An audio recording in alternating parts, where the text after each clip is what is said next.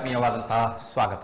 Doctor AV. Baliga ಸ್ಮಾರಕ ಆಸ್ಪತ್ರೆ ಪ್ರತಿ ವರ್ಷದಂತೆಯೂ ಈ ಬಾರಿಯೂ ಕೂಡ COA ವೀಕ್ ಕಾರ್ಯಕ್ರಮವನ್ನು ಹಮ್ಮಿಕೊಂಡಿದೆ. ಚಿಲ್ಡ್ರನ್ಸ್ ಆಫ್ ಆಲ್ಕೋಹಾಲಿಕ್, ಮದ್ಯ ವ್ಯಸನಿಗಳ ಮಕ್ಕಳ ಸಮಸ್ಯೆಗಳು, ಅದಕ್ಕೆ ಪರಿಹಾರಗಳು, ರೂಪಿಸಿಕೊಂಡಂಥ ಯೋಜನೆಗಳು ಮತ್ತು ಕಾರ್ಯಕ್ರಮಗಳು ಇವೆಲ್ಲವೂ ಕೂಡ ಈ ಒಂದು ಸಪ್ತಾಹದಲ್ಲಿ ಅರ್ಥಪೂರ್ಣವಾಗಿ ಮತ್ತು ಸಮಗ್ರವಾಗಿ ನಡೆಯಲಿಕ್ಕಿದೆ. ಹಲವಾರು ಕಾರ್ಯಕ್ರಮಗಳು ಇವೆ ಮತ್ತು ಮದ್ಯ ವ್ಯಸನಿಗಳ ಮಕ್ಕಳು ಅಂದ ಕೂಡಲೇ ಒಂದು ಉತ್ತಮ ಸಮಾಜವನ್ನು ಕಟ್ಟುವ ಉದ್ದೇಶದಿಂದ ಮತ್ತು ಮದ್ಯಮುಕ್ತ ಸಮಾಜವನ್ನು ಕಟ್ಟುವ ಉದ್ದೇಶದಿಂದ ಮತ್ತು ಮುಂದಿನ ತಲೆಮಾರಿಗೆ ಮದ್ಯಮುಕ್ತ ಸಮಾಜವನ್ನು ತಲುಪಿಸುವಂತಹ ಮಹದಾಶಯದೊಂದಿಗೆ ಈ ಕಾರ್ಯಕ್ರಮವನ್ನು ನಿರಂತರವಾಗಿ ವಿಶ್ವದಾದ್ಯಂತ ನಡೆಸಲಾಗ್ತಾ ಇದೆ. ಉಡುಪಿಯಲ್ಲಿಯೂ ಕಳೆದ ಹಲವು ವರ್ಷಗಳಿಂದ ಎ.ವಿ. ಬಾಳಿಗ ಸ್ಮಾರಕ ಆಸ್ಪತ್ರೆ ನಡೆಸಿಕೊಂಡು ಬರ್ತಾ ಇದೆ. ಒಂದಷ್ಟು ಉತ್ತಮ ಫಲಿತಾಂಶ ಕೂಡ ಲಭ್ಯ ಆಗಿದೆ. ಇದಕ್ಕೆ ಸಮಾನ ಮನಸ್ಕ ಸೇವಾ ಸಂಘಟನೆಗಳು ಕೂಡ ಈ COA ವೀಕ್ಗೆ ಜತೆಯಾಗಿಯೇ ಸಹಯೋಗವನ್ನು ಕೂಡ ನೀಡಿದೆ. ಬನ್ನಿ, ಇಂತಹ ಸಮಾವೇಶಗಳು, ಸಪ್ತಾಹಗಳು, ಸೆಮಿನಾರ್ಗಳು ಆಗಬೇಕಿದ್ರೆ ಅಲ್ಲಿರುವಂತಹ ಮೂಲಭೂತವಾದಂಥ ಸಮಸ್ಯೆಗಳ ಬಗ್ಗೆ ಅರಿವನ್ನು ಹೊಂದುವುದು ಕೂಡ ಅತ್ಯಂತ ಅವಶ್ಯ. ಆದ್ದರಿಂದ ಈ ಮೂಲಕವಾಗಿ ಮದ್ಯ ವ್ಯಸನಿಗಳ ಮಕ್ಕಳ ಸಮಸ್ಯೆಗಳು, ಅದರ ಗಂಭೀರತೆಗಳು ಮತ್ತು ಅದರಿಂದ ಆಗಿರುವಂಥ ದುಷ್ಪರಿಣಾಮಗಳ ಬಗ್ಗೆ ಹಲವಾರು ವಿಷಯಗಳನ್ನು, ಬೆಳಕು ಚೆಲ್ಲಿರುವಂಥ ವಿಷಯಗಳನ್ನು ಮಂಡಿಸಲಿರುವಂಥ ಸೌಜನ್ಯ ಶೆಟ್ಟಿ, ಆಡಳಿತಾಧಿಕಾರಿ, ಎ.ವಿ. ಬಾಳಿಗ ಸ್ಮಾರಕ ಆಸ್ಪತ್ರೆ, ದೊಡ್ಡನಗುಡ್ಡೆ, ಉಡುಪಿ, ಇವರಿಗೆ ನಮ್ಮ ವಾಹಿನಿಯ ಪರವಾಗಿ ಹಾಗೂ ವೀಕ್ಷಕ ಬಾಂಧವರೆಲ್ಲರ ಪರವಾಗಿ ಹೃತ್ಪೂರ್ವಕವಾದಂಥ ಸ್ವಾಗತ. ನಮಸ್ಕಾರ ಸೌಜನ್ಯ ಶೆಟ್ಟಿ ಅವರಿಗೆ. ಹಾಗೆಯೇ ಮತ್ತೋರ್ವ ಅತಿಥಿಯಾದಂಥ ಪದ್ಮಾ ರಾಘವೇಂದ್ರರವರು ಆಪ್ತ ಸಮಾಲೋಚಕಿಯಾಗಿ ಡಾಕ್ಟರ್ ಎ.ವಿ. ಬಾಳಿಗ ಸ್ಮಾರಕ ಆಸ್ಪತ್ರೆಯಲ್ಲಿ ಕರ್ತವ್ಯವನ್ನು ನಿರ್ವಹಿಸ್ತಾ ಇದ್ದಾರೆ. ಅವರಿಗೂ ಕೂಡ ವಾಹಿನಿಯ ಪರವಾಗಿ ಹಾಗೂ ವೀಕ್ಷಕ ಬಾಂಧವರೆಲ್ಲರ ಪರವಾಗಿ ಹೃತ್ಪೂರ್ವಕವಾದಂಥ ಸ್ವಾಗತ, ನಮಸ್ಕಾರ. ಮೊದಲಾಗಿ ಸೌಜನ್ಯ ಶೆಟ್ಟಿ ಅವರೇ, ಮದ್ಯ ವ್ಯಸನಿ ಮಕ್ಕಳ ಜಾಗೃತಿ ಸಪ್ತಾಹ, ಇದರ ಮಹತ್ವ ಏನು, ಇದರ ಹಿನ್ನೆಲೆ ಏನು, ಇದರ ಉದ್ದೇಶಗಳು ಏನು ತಿಳಿಸ್ತೀರಾ? ಪ್ರೇಕ್ಷಕರಿಗೆಲ್ಲರಿಗೂ ಮತ್ತೊಮ್ಮೆ ಸ್ವಾಗತವನ್ನು ಕೋರ್ತಾ, ಮದ್ಯವ್ಯಸನಿ ಮಕ್ಕಳ ಸಪ್ತಾಹದ ಕುರಿತಾಗಿ ಈಗ ನಾವು ಒಂದು ಚರ್ಚೆಯನ್ನು ಮಾಡೋಣ. ಮದ್ಯವ್ಯಸನಿ ಮಕ್ಕಳ ಸಪ್ತಾಹ ಪ್ರತಿ ವರ್ಷ ಫೆಬ್ರವರಿ 2ನೇ ವಾರದಂದು ಆಚರಣೆ ಮಾಡಲಾಗುತ್ತೆ. ಸೊ ಇಲ್ಲಿ national association for children of alcoholics ಈ ದಿನದ ಮಹತ್ವವನ್ನು ತುಂಬ ಚೆನ್ನಾಗಿ ಪ್ರಸ್ತುತಪಡಿಸುತ್ತೆ. ಮದ್ಯವ್ಯಸನಿ ಮನೆಯಲ್ಲಿರುವಾಗ ಅವರಿಂದ ತೊಂದರೆ ಆಗುವಂತಹ ಅವರ ತಂದೆ ತಾಯಿ ಆಗಿರ್ಬೋದು, ಅಥವಾ ಅವರ ಏನೋ ಅಣ್ಣ ತಮ್ಮ ಅಕ್ಕ ತಂಗಿಗಳಾಗಿರ್ಬೋದು, ಅಥವಾ ಏನೋ ಹೆಂಡತಿ, ಇವ್ರ ಬಗ್ಗೆ ನಾವು ಸಮಾಜದಲ್ಲಿ ಯಾವಾಗಲೂ ಚರ್ಚೆ ಮಾಡ್ತೇವೆ. ಇವರೆಲ್ಲ ಏನೆಲ್ಲ ಕಷ್ಟ ಅನುಭವಿಸ್ತಾರೆ, ನೋವು ಅನುಭವಿಸ್ತಾರೆ, ಈ ಬಗ್ಗೆ ಎಲ್ಲ ಕಡೆ ಚರ್ಚೆ ನಡೀತದೆ. ಆದರೆ ಹೆಚ್ಚು ನಿರ್ಲಕ್ಷ್ಯಕ್ಕೊಳಗಾಗುವಂಥವರು ಸಮಾಜದಲ್ಲಿ ಇಂತಹ ಪೋಷಕರನ್ನ ಹೊಂದಿದಂತಹ ಮಕ್ಕಳು ಅನ್ನೋದನ್ನ ನಾವಿಲ್ಲಿ ಕಾಣಬೇಕಾಗತ್ತೆ. ಕೆಲವೊಂದು ಅಧ್ಯಯನಗಳು ಹೇಳ್ತವೆ, ಏನು ಮದ್ಯವ್ಯಸನಿಯ ಮಕ್ಕಳು, ಈಗ ಪೋಷಕರು ಮದ್ಯವ್ಯಸನಿ ಆಗಿದ್ರೆ 4 ಪಟ್ಟು ಮಕ್ಕಳು ಮದ್ಯವ್ಯಸನಿಗಳಾಗುವಂತಹ ಸಾಧ್ಯತೆ ಭವಿಷ್ಯತ್ತಿನಲ್ಲಿ ಇರುತ್ತೆ ಅಂತ ಹೇಳಿ, ಬೇರೆ ಮನೆಗೆ ಹೋಲಿಸಿದ್ರೆ. ಹಾಗೆ 2012ರಲ್ಲಿ ನಡೆದಂತಹ national survey on drug use and health ಪ್ರಕಾರ ಸುಮಾರು 7 ಮಿಲಿಯನ್ಗಿಂತಲೂ ಜಾಸ್ತಿ ಮಕ್ಕಳು ಈ ಮದ್ಯವ್ಯಸನಿ ಪೋಷಕರನ್ನ ಜಗತ್ತಿನಾದ್ಯಂತ ಹೊಂದಿದ್ದಾರೆ ಅಂತ. ಸೊ ಈಗ ಆಲ್ಮೋಸ್ಟ್ 12 ವರ್ಷಗಳು ಕಳೆದಿವೆ. ಸೊ ಹಾಗಾಗಿ ಇದು ಇನ್ನೂ 3 ಪಟ್ಟು ಜಾಸ್ತಿ ಆಗಿರ್ಬೋದು ಅಂತ ಹೇಳಿ ನಾವು ಒಂದು ಅಂದಾಜು ಲೆಕ್ಕಾಚಾರವನ್ನ ಇಲ್ಲಿ ಮಾಡಬಹುದಾಗಿದೆ.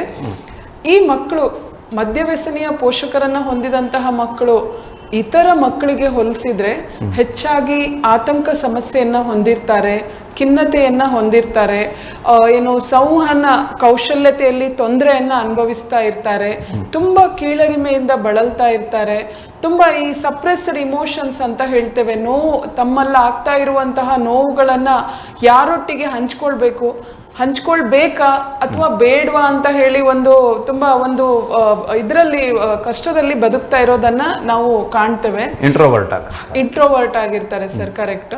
ಸೊ ಅದೇ ರೀತಿ ನಾವು ನೋಡುವಂತಹದ್ದು ಈ ಜಾಗೃತಿ ಸಪ್ತಾಹದ ಮುಖ್ಯ ಉದ್ದೇಶ ಅಂತ ಹೇಳಿದ್ರೆ, ಯಾವ ರೀತಿ ಮದ್ಯ ವ್ಯಸನವನ್ನ ನಾವು ಒಂದು ಸಾಂಸಾರಿಕ ಕಾಯಿಲೆ ಅಂತ ಕರಿತೇವೆ, ಸಾಮಾಜಿಕ ಕಾಯಿಲೆ ಅಂತ ಕರಿತೇವೆ. ಸೊ ಅದರಂತೆ ಇಲ್ಲಿ ಮಕ್ಕಳು ತುಂಬಾ ತೊಂದರೆಗೊಳಗಾಗ್ತಾ ಇರ್ತಾರೆ. ಅವರಿಗೆ ಒಂದು ಅಟೆನ್ಷನ್ ಅವಶ್ಯಕತೆ ಇದೆ ಅನ್ನುವಂಥದ್ದಾಗಿರುತ್ತೆ. ಅವರಿಗೆ ಒಂದು ಭಾವನಾತ್ಮಕವಾಗಿ ಬೆಂಬಲದ ಅವಶ್ಯಕತೆ ಇದೆ ಅನ್ನೋದನ್ನ ಈ ಕಾರ್ಯಕ್ರಮದ ಮೂಲಕ ನಾವು ಜನ ಸಮುದಾಯದಲ್ಲಿ ಅವೇರ್ನೆಸ್ ಅನ್ನ ಕ್ರಿಯೇಟ್ ಮಾಡ್ಬೇಕನ್ನುವಂಥದ್ದೇ ಮುಖ್ಯ ಉದ್ದೇಶ ಆಗಿರುತ್ತೆ.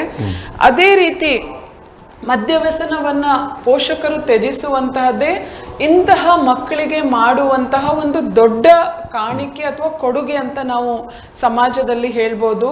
ಇಲ್ಲಿ ಪೋಷಕರು ಮಾತ್ರ ಅಲ್ಲದೆ ಶಿಕ್ಷಕರಾಗಿರ್ಬೋದು, ಸ್ನೇಹಿತರಾಗಿರ್ಬೋದು, ಸಮಾಜದಲ್ಲಿ ಪ್ರತಿಯೊಬ್ಬ ವಯಸ್ಕನ ಒಂದು ಜವಾಬ್ದಾರಿ ಅಂತ ಹೇಳಿದ್ರೆ ಈ ಮಕ್ಕಳು ಆ ದುಶ್ಚಟಕ್ಕೆ ಹೋಗಬಾರ್ದು, ಹಾಗೂ ಅವರ ವ್ಯಕ್ತಿತ್ವದಲ್ಲಿ ಸಮಸ್ಯೆಗಳು ಬರಬಾರ್ದು. ಸಮಾಜದಲ್ಲಿ ಒಬ್ಬ ಆರೋಗ್ಯಯುತ ನಾಗರಿಕನನ್ನ ನಾವೆಲ್ಲರೂ ಸೇರಿ ತಯಾರು ಮಾಡಬೇಕು ಅನ್ನುವಂಥದ್ದೇ ಈ ಸಪ್ತಾಹದ ಒಂದು ಮುಖ್ಯ ಉದ್ದೇಶ ಆಗಿರುತ್ತೆ ಅಂತ ಹೇಳಲಿಕ್ಕೆ ಇಷ್ಟಪಡ್ತೇನೆ. ಟೋಟಲ್ ಆಗಿ ಮೋರಲ್ ಸಪೋರ್ಟ್, ಎಮೋಷನಲ್ ಸಪೋರ್ಟ್ ಮತ್ತೆ ಸ್ಟ್ರಕ್ಚರಲ್ ಸಪೋರ್ಟ್ ಅಂದ್ರೆ ಅವರ ಒಂದು ವ್ಯಕ್ತಿತ್ವವನ್ನು ನಿರೂಪಿಸುವಂತಹ ಸ್ಟ್ರಕ್ಚರಲ್ ಸಪೋರ್ಟ್ ಬೇಕು ಅನ್ನುವ ನೆಲೆಯಲ್ಲಿ ಇದನ್ನು ಆಚರಿಸಲಾಗ್ತಾ ಇದೆ. ಪದ್ಮಾ ರಾಘವೇಂದ್ರರವರೇ, ಮದ್ಯವ್ಯಸನಿಗಳ ಮಕ್ಕಳ ಬಗ್ಗೆ ಅವರು ಹೇಳಿದರು. ಒಂದಷ್ಟು ಅಗ್ರೆಸಿವ್ನೆಸ್ ಇರ್ತದೆ, ಒಂದಷ್ಟು ಹೈಪರ್ ಆಕ್ಟಿವಿಟೀಸ್ ಇರ್ತದೆ, ಮತ್ತಿತರ ಚಟುವಟಿಕೆಗಳು. ಮದ್ಯವ್ಯಸನಿಗಳ ಮಕ್ಕಳ ಬಗ್ಗೆ ಒಂದಷ್ಟು ವಿವರಣೆಯನ್ನ ಕೊಡಬಹುದಾ ಅಂತ? ಖಂಡಿತ ಸರ್. ಈಗಾಗಲೇ ಮೇಡಮ್ ಹೇಳಿದ್ರು ಈ ಮದ್ಯವ್ಯಸನಿಗಳ ಮಕ್ಕಳ ಈ ಜಾಗೃತಿ ಸಪ್ತಾಹದ ಉದ್ದೇಶಗಳೇನು ಅಂತ. ಮೊದಲಿಗೆ ನಾವು ತಿಳ್ಕೋಬೇಕು ಮದ್ಯವ್ಯಸನಿಗಳ ಮಕ್ಕಳಂದ್ರೆ ಯಾರು, ಏನು ಅಂತ.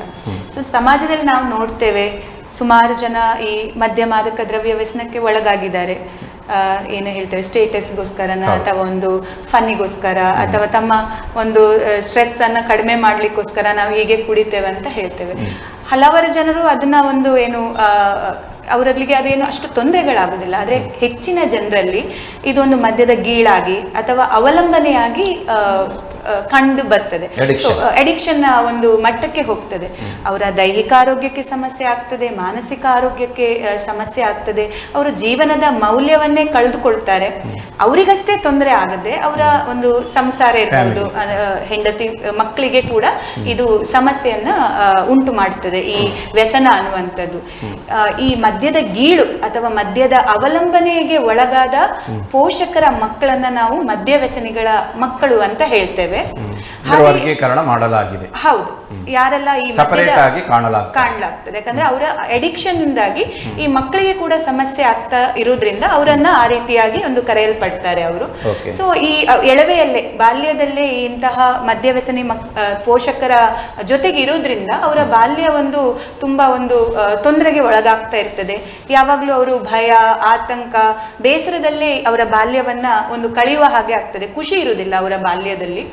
ಸೊ ಹಾಗೆ ಅವರಿಗೊಂದು ಆ ಮನೆ ಅನ್ನುವಂಥದ್ದು ಹೇಗೆ ಒಂದು ಅಚ್ಚುಮೆಚ್ಚಿನ ತಾಣ ಆಗ್ಬೇಕಾ, ಅದು ಆಗದೆ ಅವರಿಗೆ ಕಂಗೆಡ್ತಾರೆ. ಅವರು ಏನ್ ಮಾಡ್ಬೇಕಂತ ಗೊತ್ತಾಗುದಿಲ್ಲ.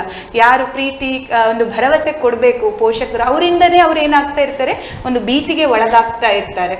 ಪ್ರೀತಿ ಆರೈಕೆಯಲ್ಲಿ ಅರಳಬೇಕಾದ ಮಕ್ಕಳು ಒಂಥರ ತಪ್ಪಿತಸ್ಥ ಭಾವನೆ, ಬೇಸರ ಅಥವಾ ದುಗುಡದಿಂದನೇ ಅವರು ಬೆಳೀತಾ ಹೋಗ್ತಾರೆ. ಎಷ್ಟೋ ಸಲ ಅವರು ಮಾಡದ ತಪ್ಪಿಗೆ ಅವರು ದೂಷಿಸಲ್ಪಡ್ತಾರೆ ಅಥವಾ ಅವರನ್ನ ಹೀಯಾಳಿಸಲ್ಪಡ್ತಾರೆ. ಸಮಾಜ ಇರಬಹುದು ಅಥವಾ ಒಂದು ಸ್ನೇಹಿತರ ವರ್ಗದಿಂದ ಅವರು ಒಂದು ಕಡೆಗಣಿಸಲ್ಪಡ್ತಾರೆ. ಸೊ ಇದರಿಂದ ಏನಾಗ್ತದೆ, ಅವರಲ್ಲಿ ಅತಿಯಾದ ಕೀಳರಿಮೆ, ಅತಿಯಾದ ಒಂದು ಆತಂಕ ಅಥವಾ ಹೆಚ್ಚಿನ ಸಂದರ್ಭದಲ್ಲಿ ಅವರು ಸಮಾಜ ಬಾಹಿರವಾಗಿ ಕೂಡ ಖಾಲಿ ಒಂದು ಇಮೋಷನಲ್ ಆಗಿ ಅವರಿಗೆ ತೊಂದರೆಗಳಾಗ್ತದೆ ಅನ್ನುವಂಥದ್ದು ಹೇಳಲಿಕ್ಕಾಗುದಿಲ್ಲ. ಇದು ವರ್ತನೆಯಲ್ಲಿ ಕೂಡ, ಬಿಹೇವಿಯರ್ ಅಲ್ಲಿ ಕೂಡ ಸಮಸ್ಯೆಗಳು ಕಾಣ್ತದೆ. ಈ ರೀತಿ ಅವರಲ್ಲಿ ಅನೇಕ ಒಂದು ಭಾವನಾತ್ಮಕ ಮತ್ತೆ ಒಂದು ವರ್ತನೆಯಲ್ಲಿ ಸಮಸ್ಯೆಗಳು ಕಂಡು ಬರಬಹುದು. ಅವರ ಒಂದು ಸರ್ವತೋಮುಖ ಒಂದು ಅಭಿವೃದ್ಧಿಗೆ ಅಥವಾ ವ್ಯಕ್ತಿತ್ವ ಒಂದು ವಿಕಸನಕ್ಕೆ ತೊಂದರೆ ಉಂಟಾಗಬಹುದು. ಇಂಥ ಮಕ್ಕಳು ಈ ಜಾಗೃತಿ ಸಪ್ತಾಹದಿಂದ ಅವರಿಗೆ ಒಂದು ನಾವೆಲ್ಲ ಕಿವಿ ಆಗ್ಬೇಕು, ಧ್ವನಿ ಆಗ್ಬೇಕು ಅನ್ನುವಂಥದ್ದೇ ನಮ್ಮ ಈ ಕಾರ್ಯಕ್ರಮದ ಮುಖ್ಯ ಉದ್ದೇಶ ಸರ್. ಸೌಜನ್ಯ ಶೆಟ್ಟಿ ಅವರೇ, ಮದ್ಯವ್ಯಸನಿಗಳ ಮಕ್ಕಳಿಗೂ ಮತ್ತು ಇತರ ಮಕ್ಕಳಿಗೂ ಇರುವಂತಹ ವ್ಯತ್ಯಾಸ ಏನು? ಮದ್ಯವ್ಯಸನೆಯ ಮನೆಯ ಮಗು ಹಾಗೂ ಮದ್ಯವ್ಯಸನ ಇಲ್ಲದಂತಹ ಮನೆಯ ಮಕ್ಕಳ ಒಂದು ಬೆಳವಣಿಗೆಯಲ್ಲಿ ಪೋಷಣೆಯಲ್ಲಿ ಅಜಗಜಾಂತರವನ್ನು ನಾವು ಕಾಣಬಹುದಾಗಿದೆ. ಈಗ ಮದ್ಯವ್ಯಸನಿ ಮನೆಯ ಡೈಲಿ ಲೈಫ್ ಸ್ಟ್ರಕ್ಚರ್ ಹೇಗಿರುತ್ತೆ ಅಂತ ಹೇಳಿದ್ರೆ ತಂದೆಯ ಕುಡಿತದ ಪ್ರಮಾಣದ ಮೇಲೆ ಅವಲಂಬನೆ ಆಗಿರುತ್ತೆ. ತಂದೆ ಕುಡಿಯದೆ ಬಂದಾಗ ಅಥವಾ ತುಂಬ ಕಡಿಮೆ ಸೇವಿಸಿ ಬಂದಾಗ ಆತನ ನಡವಳಿಕೆ ಬೇರೆ ಆಗಿರುತ್ತೆ. ಸೊ ಅವ್ರು ತುಂಬ ಕುಡಿದು ಬಂದಾಗ ಅವರ ನಡವಳಿಕೆಯೇ ಬೇರೆ ಆಗಿರುತ್ತೆ. ಸೊ ಮಗುವಿನ ಕುಡಿದು ಬಂದು ತಂದೆ ಅಮಲಿನಲ್ಲಿ ಹೆಂಡತಿಯೊಟ್ಟಿಗೆ ತುಂಬ ಅವಾಚ್ಯವಾಗಿ ಮಾತಾಡುವಂತಹದ್ದು, ಕೆಟ್ಟದಾಗಿ ನಡ್ಕೊಳ್ಳುವಂತಹದ್ದು, ಮಕ್ಕಳು ಓದುವಾಗ ಅಲ್ಲಿ ಡಿಸ್ಟರ್ಬ್ ಮಾಡುವಂತಹದ್ದು, ನೆರೆ ಮನೆಯವರ ಹತ್ರ ಎಲ್ಲ ಜಗಳ ಮಾಡುವಂತಹದ್ದು, ಜೋರಾಗಿ ಬೊಬ್ಬೆ ಹಾಕಿ ಮಾತಾಡುವಂತಹದ್ದು, ಕೆಟ್ಟ ಕೆಟ್ಟ ಶಬ್ದಗಳಿಂದ ಎಲ್ಲರನ್ನ ಉದ್ದೇಶಿಸುವ ಮಾತಾಡುವಂತಹದ್ದು. ಸೊ ಇದು ಏನ್ ಮಾಡುತ್ತೆ ಅಂತ ಹೇಳಿದ್ರೆ ಆ ಮಕ್ಕಳಿಗೆ ಒಂದು ಅನ್ಸರ್ಟನಿಟೀಸ್ ಅಂತ ಹೇಳ್ತೇವೆ, ಅಂದ್ರೆ ಅನಿಶ್ಚಿತತೆ, ಯಾವಾಗ ಏನಾಗುತ್ತೆ ಅನ್ನೋಂಥದ್ದೇ ಆ ಮಕ್ಕಳಿಗೆ ಗೊತ್ತಿಲ್ಲ. ಅದೇ ಒಂದು ನಾರ್ಮಲ್ ಫ್ಯಾಮಿಲಿಯಲ್ಲಿ ಎಲ್ಲಿ ವ್ಯಸನ ಇಲ್ಲ ಅಲ್ಲಿ ಅವರದೊಂದು ಡೈಲಿ ಸ್ಟ್ರಕ್ಚರ್ಡ್ ಲೈಫ್ ಅಂತ ಇರುತ್ತೆ. ರಾತ್ರಿ ನಾವು ಇಷ್ಟು ಗಂಟೆಗೆ ಮಲಗಬೇಕು, ನಮ್ಮ ಸ್ಟಡಿ ಟೈಮಿಂಗ್ಸ್ ಒಂದು ಇಷ್ಟು ಗಂಟೆ ಆಗಿರುತ್ತೆ, ಬೆಳಿಗ್ಗೆ ಎದ್ದು ಅಮ್ಮ ಬ್ರೇಕ್ಫಾಸ್ಟ್ ಮಾಡಿ ಕೊಡ್ತಾಳೆ, ನಾವು ತಿಂದು ಸ್ಕೂಲಿಗೆ ಹೋಗ್ಬೇಕು, ಎಲ್ಲ ಕೂಡ ಒಂದು ಟೈಮಿಂಗ್ಸ್ ಅಂತ ಇರುತ್ತೆ ಹೆಚ್ಚಿನ ಮನೆಗಳಲ್ಲಿ. ಆದ್ರೆ ವ್ಯಸನದ ಮನೆಯಲ್ಲಿ ಇರೋದಿಲ್ಲ. ಸೊ ಇದು ಈ ಮಕ್ಕಳಿಗೆ ಜೀವನದಲ್ಲಿ ಒಂದು ಶಿಸ್ತು ಬೆಳೆಸಿಕೊಳ್ಳುವಂತಹದ್ದು ಅಥವಾ ಒಂದು ನಿಯಮಿತ ಜೀವನ ಶೈಲಿಯನ್ನು ಹೊಂದಲಿಕ್ಕೆ ಮಕ್ಕಳಿಗೆ ಕಷ್ಟ ಆಗೋದನ್ನ ನಾವು ಕಾಣ್ತೇವೆ. ಅದೇ ರೀತಿ ಈಗ ಮದ್ಯವ್ಯಸನಿಯ ಮನೆಯಲ್ಲಿ ಒಂದು ಶಾಲೆಯ ಫೀಸ್ ಕಟ್ಟೋ ಬಗ್ಗೆನೂ ಸೊ ಆ ಲಾಸ್ಟ್ ಮೂಮೆಂಟ್ ಬಂದಾಗ ಅಮ್ಮ ಆದವರು ಅಥವಾ ಬೇರೆ ಪೋಷಕರು ವರಿ ಮಾಡ್ಕೊಳ್ಳೋದನ್ನ ಕಾಣ್ತೇವೆ, ತಡ್ಕಾಡೋದು, ನಾನು ಹೇಗೆ ಕಟ್ಟೋದು, ನಾನು ಹೇಗೆ ಅರೇಂಜ್ಮೆಂಟ್ ಮಾಡೋದು ಅಂತ ಹೇಳಿ. ಆದರೆ ಬೇರೆ ಮನೆಗಳಲ್ಲಿ ಮೊದಲೇ ಅದು ನಿರ್ಧಾರ ಆಗಿರುತ್ತೆ, ಈ ತಿಂಗಳಲ್ಲಿ ಶಾಲೆ ಫೀಸ್ ಕಟ್ಲಿಕ್ಕೆ ಬರುತ್ತೆ, ನಾನು ದುಡ್ಡಿನ ಒಂದು ವ್ಯವಸ್ಥೆ ಮಾಡಬೇಕು, ಎಲ್ಲವೂ ಒಂದು ನಿಯಮಿತವಾಗಿ ನಡೀತಾ ಇರೋದನ್ನ ನಾವು ಕಾಣ್ತೇವೆ. ಅದೇ ರೀತಿ ಮನೆಯಲ್ಲಿ ಯಾವುದೇ, ಈಗ ಪದ್ಮ ಮೇಡಮ್ ಮಾತಾಡ್ತಾ ಹೇಳಿದ್ರು, ಯಾವುದೇ ರೀತಿಯ ಒಂದು ಸಮಸ್ಯೆ ಆದಾಗ ಮಗುವಿಗೆ ಫಸ್ಟ್ ನೆನಪಾಗುವಂತಹದ್ದು ತಂದೆ ತಾಯಿ. ಹೋಗಿ ನನ್ನ ಅಪ್ಪ ಅಮ್ಮನ ಹತ್ರ ಹೇಳ್ಕೊಳ್ತೇನೆ, ಅವ್ರು ನನಗೆ ಸಜೆಷನ್ ಕೊಡ್ತಾರೆ, ಅವ್ರು ನನ್ಗೆ ಇವತ್ತು ಹಿಂಗೆ ಹೇಳಿದ, ಇವ್ರು ನನಗೆ ಟೀಕಿಸಿದ್ರು, ಇವ್ರು ನನಗೆ ತುಂಬ ಬೈದ್ರು. ಸೊ ಏನಿದ್ರು ತಂದೆ ತಾಯಿ ಹತ್ರ ಹೇಳ್ಕೊಳ್ಳೋದಂದ್ರೆ ಮಕ್ಕಳಿಗೆ ಒಂದು ಆ ಸೆಕ್ಯೂರ್ಡ್ ಫೀಲಿಂಗ್ಸ್ ಇರುತ್ತೆ. ವ್ಯಸನದ ಮನೆಯಲ್ಲೇ ಯಾವಾಗಲೂ ಒಂದು ಸರಿಯಾದ ವಾತಾವರಣ ಇರಲ್ಲ. ಅಪ್ಪ ತನ್ನ ಕುಡಿತದ ಗುಂಗಿನಲ್ಲಿ ಇರ್ತಾನೆ, ಅಮ್ಮ ಯಾವಾಗಲೂ ಟೆನ್ಷನ್ ಅಂತ ಹೇಳಿ ಅವಳು ಅದೇ ಗುಂಗಲ್ಲಿ ಇರ್ತಾಳೆ. ಸೊ ಮನೆ ನಡೆಸೋದು ಹೇಗೆ, ಮಕ್ಕಳನ್ನ ನೋಡ್ಕೊಳ್ಳೋದು ಹೇಗೆ, ನನ್ನ ಗಂಡ ಕುಡಿದು ಬರ್ತಾನೆ, ಸೊ ಇದೇ ಆಲೋಚನೆಯಲ್ಲೇ ಅವಳು ಮುಳುಗಿರ್ತಾಳೆ. ಮಗು ಹೊರಗಡೆ ಏನಾದರೂ ಅದಕ್ಕೆ ಮನಸ್ಸಿಗೆ ನೋವಾದರೆ, ಶಾಲೆಯಲ್ಲಿ ಯಾರೇ ಏನಾದರೂ ತಮಾಷೆ ಮಾಡಿದರೆ ಅಥವಾ ಯಾರಾದರೂ ಮಗುವಿನೊಟ್ಟಿಗೆ ಯಾವುದೇ ರೀತಿಯ ದುರ್ನಡತೆಯನ್ನು ತೋರಿಸ್ಬೋದು, ಅದನ್ನು ಅದೇ ರೀತಿ ನಾವು ಒಳ್ಳೆಯ ಶಾಲೆಯಲ್ಲಿ ಒಂದು ಪ್ರೈಸ್ ಸಿಕ್ಕುತ್ತೆ ಅಥವಾ ಒಂದು ಅಂಕ ಜಾಸ್ತಿ ಗಳಿಸ್ತಾನೆ ಮಗು. ಸೊ ಇಂತಹ ಏನೋ ಸಮಸ್ಯೆಗಳಾಗಿರ್ಬೋದು, ರಿವಾರ್ಡ್ಸ್ ಆಗಿರ್ಬೋದು, ಅದು ಸಿಕ್ಕಾಗ ಮಗುವಿಗೆ ಬಂದು ಮನೆಯಲ್ಲಿ ಹೇಳ್ಕೊಳ್ಳುವ ಅನ್ನುವಂತಹ ಭಾವನೆನೇ ಬರಲ್ಲ. ಯಾಕಂದ್ರೆ ಮನೆಗೆ ಬರೋದಂದ್ರೇನೆ ಅದಕ್ಕೊಂದು ಅಲ್ಲಿನ್ನು ಹೋದ್ಮೇಲೆ ನನಗೆ ಟೆನ್ಷನ್ ಸ್ಟಾರ್ಟ್ ಆಗುತ್ತೆ, ಅಮ್ಮನ ಚಪ್ಪೆ ಮುಖ ಇರುತ್ತೆ.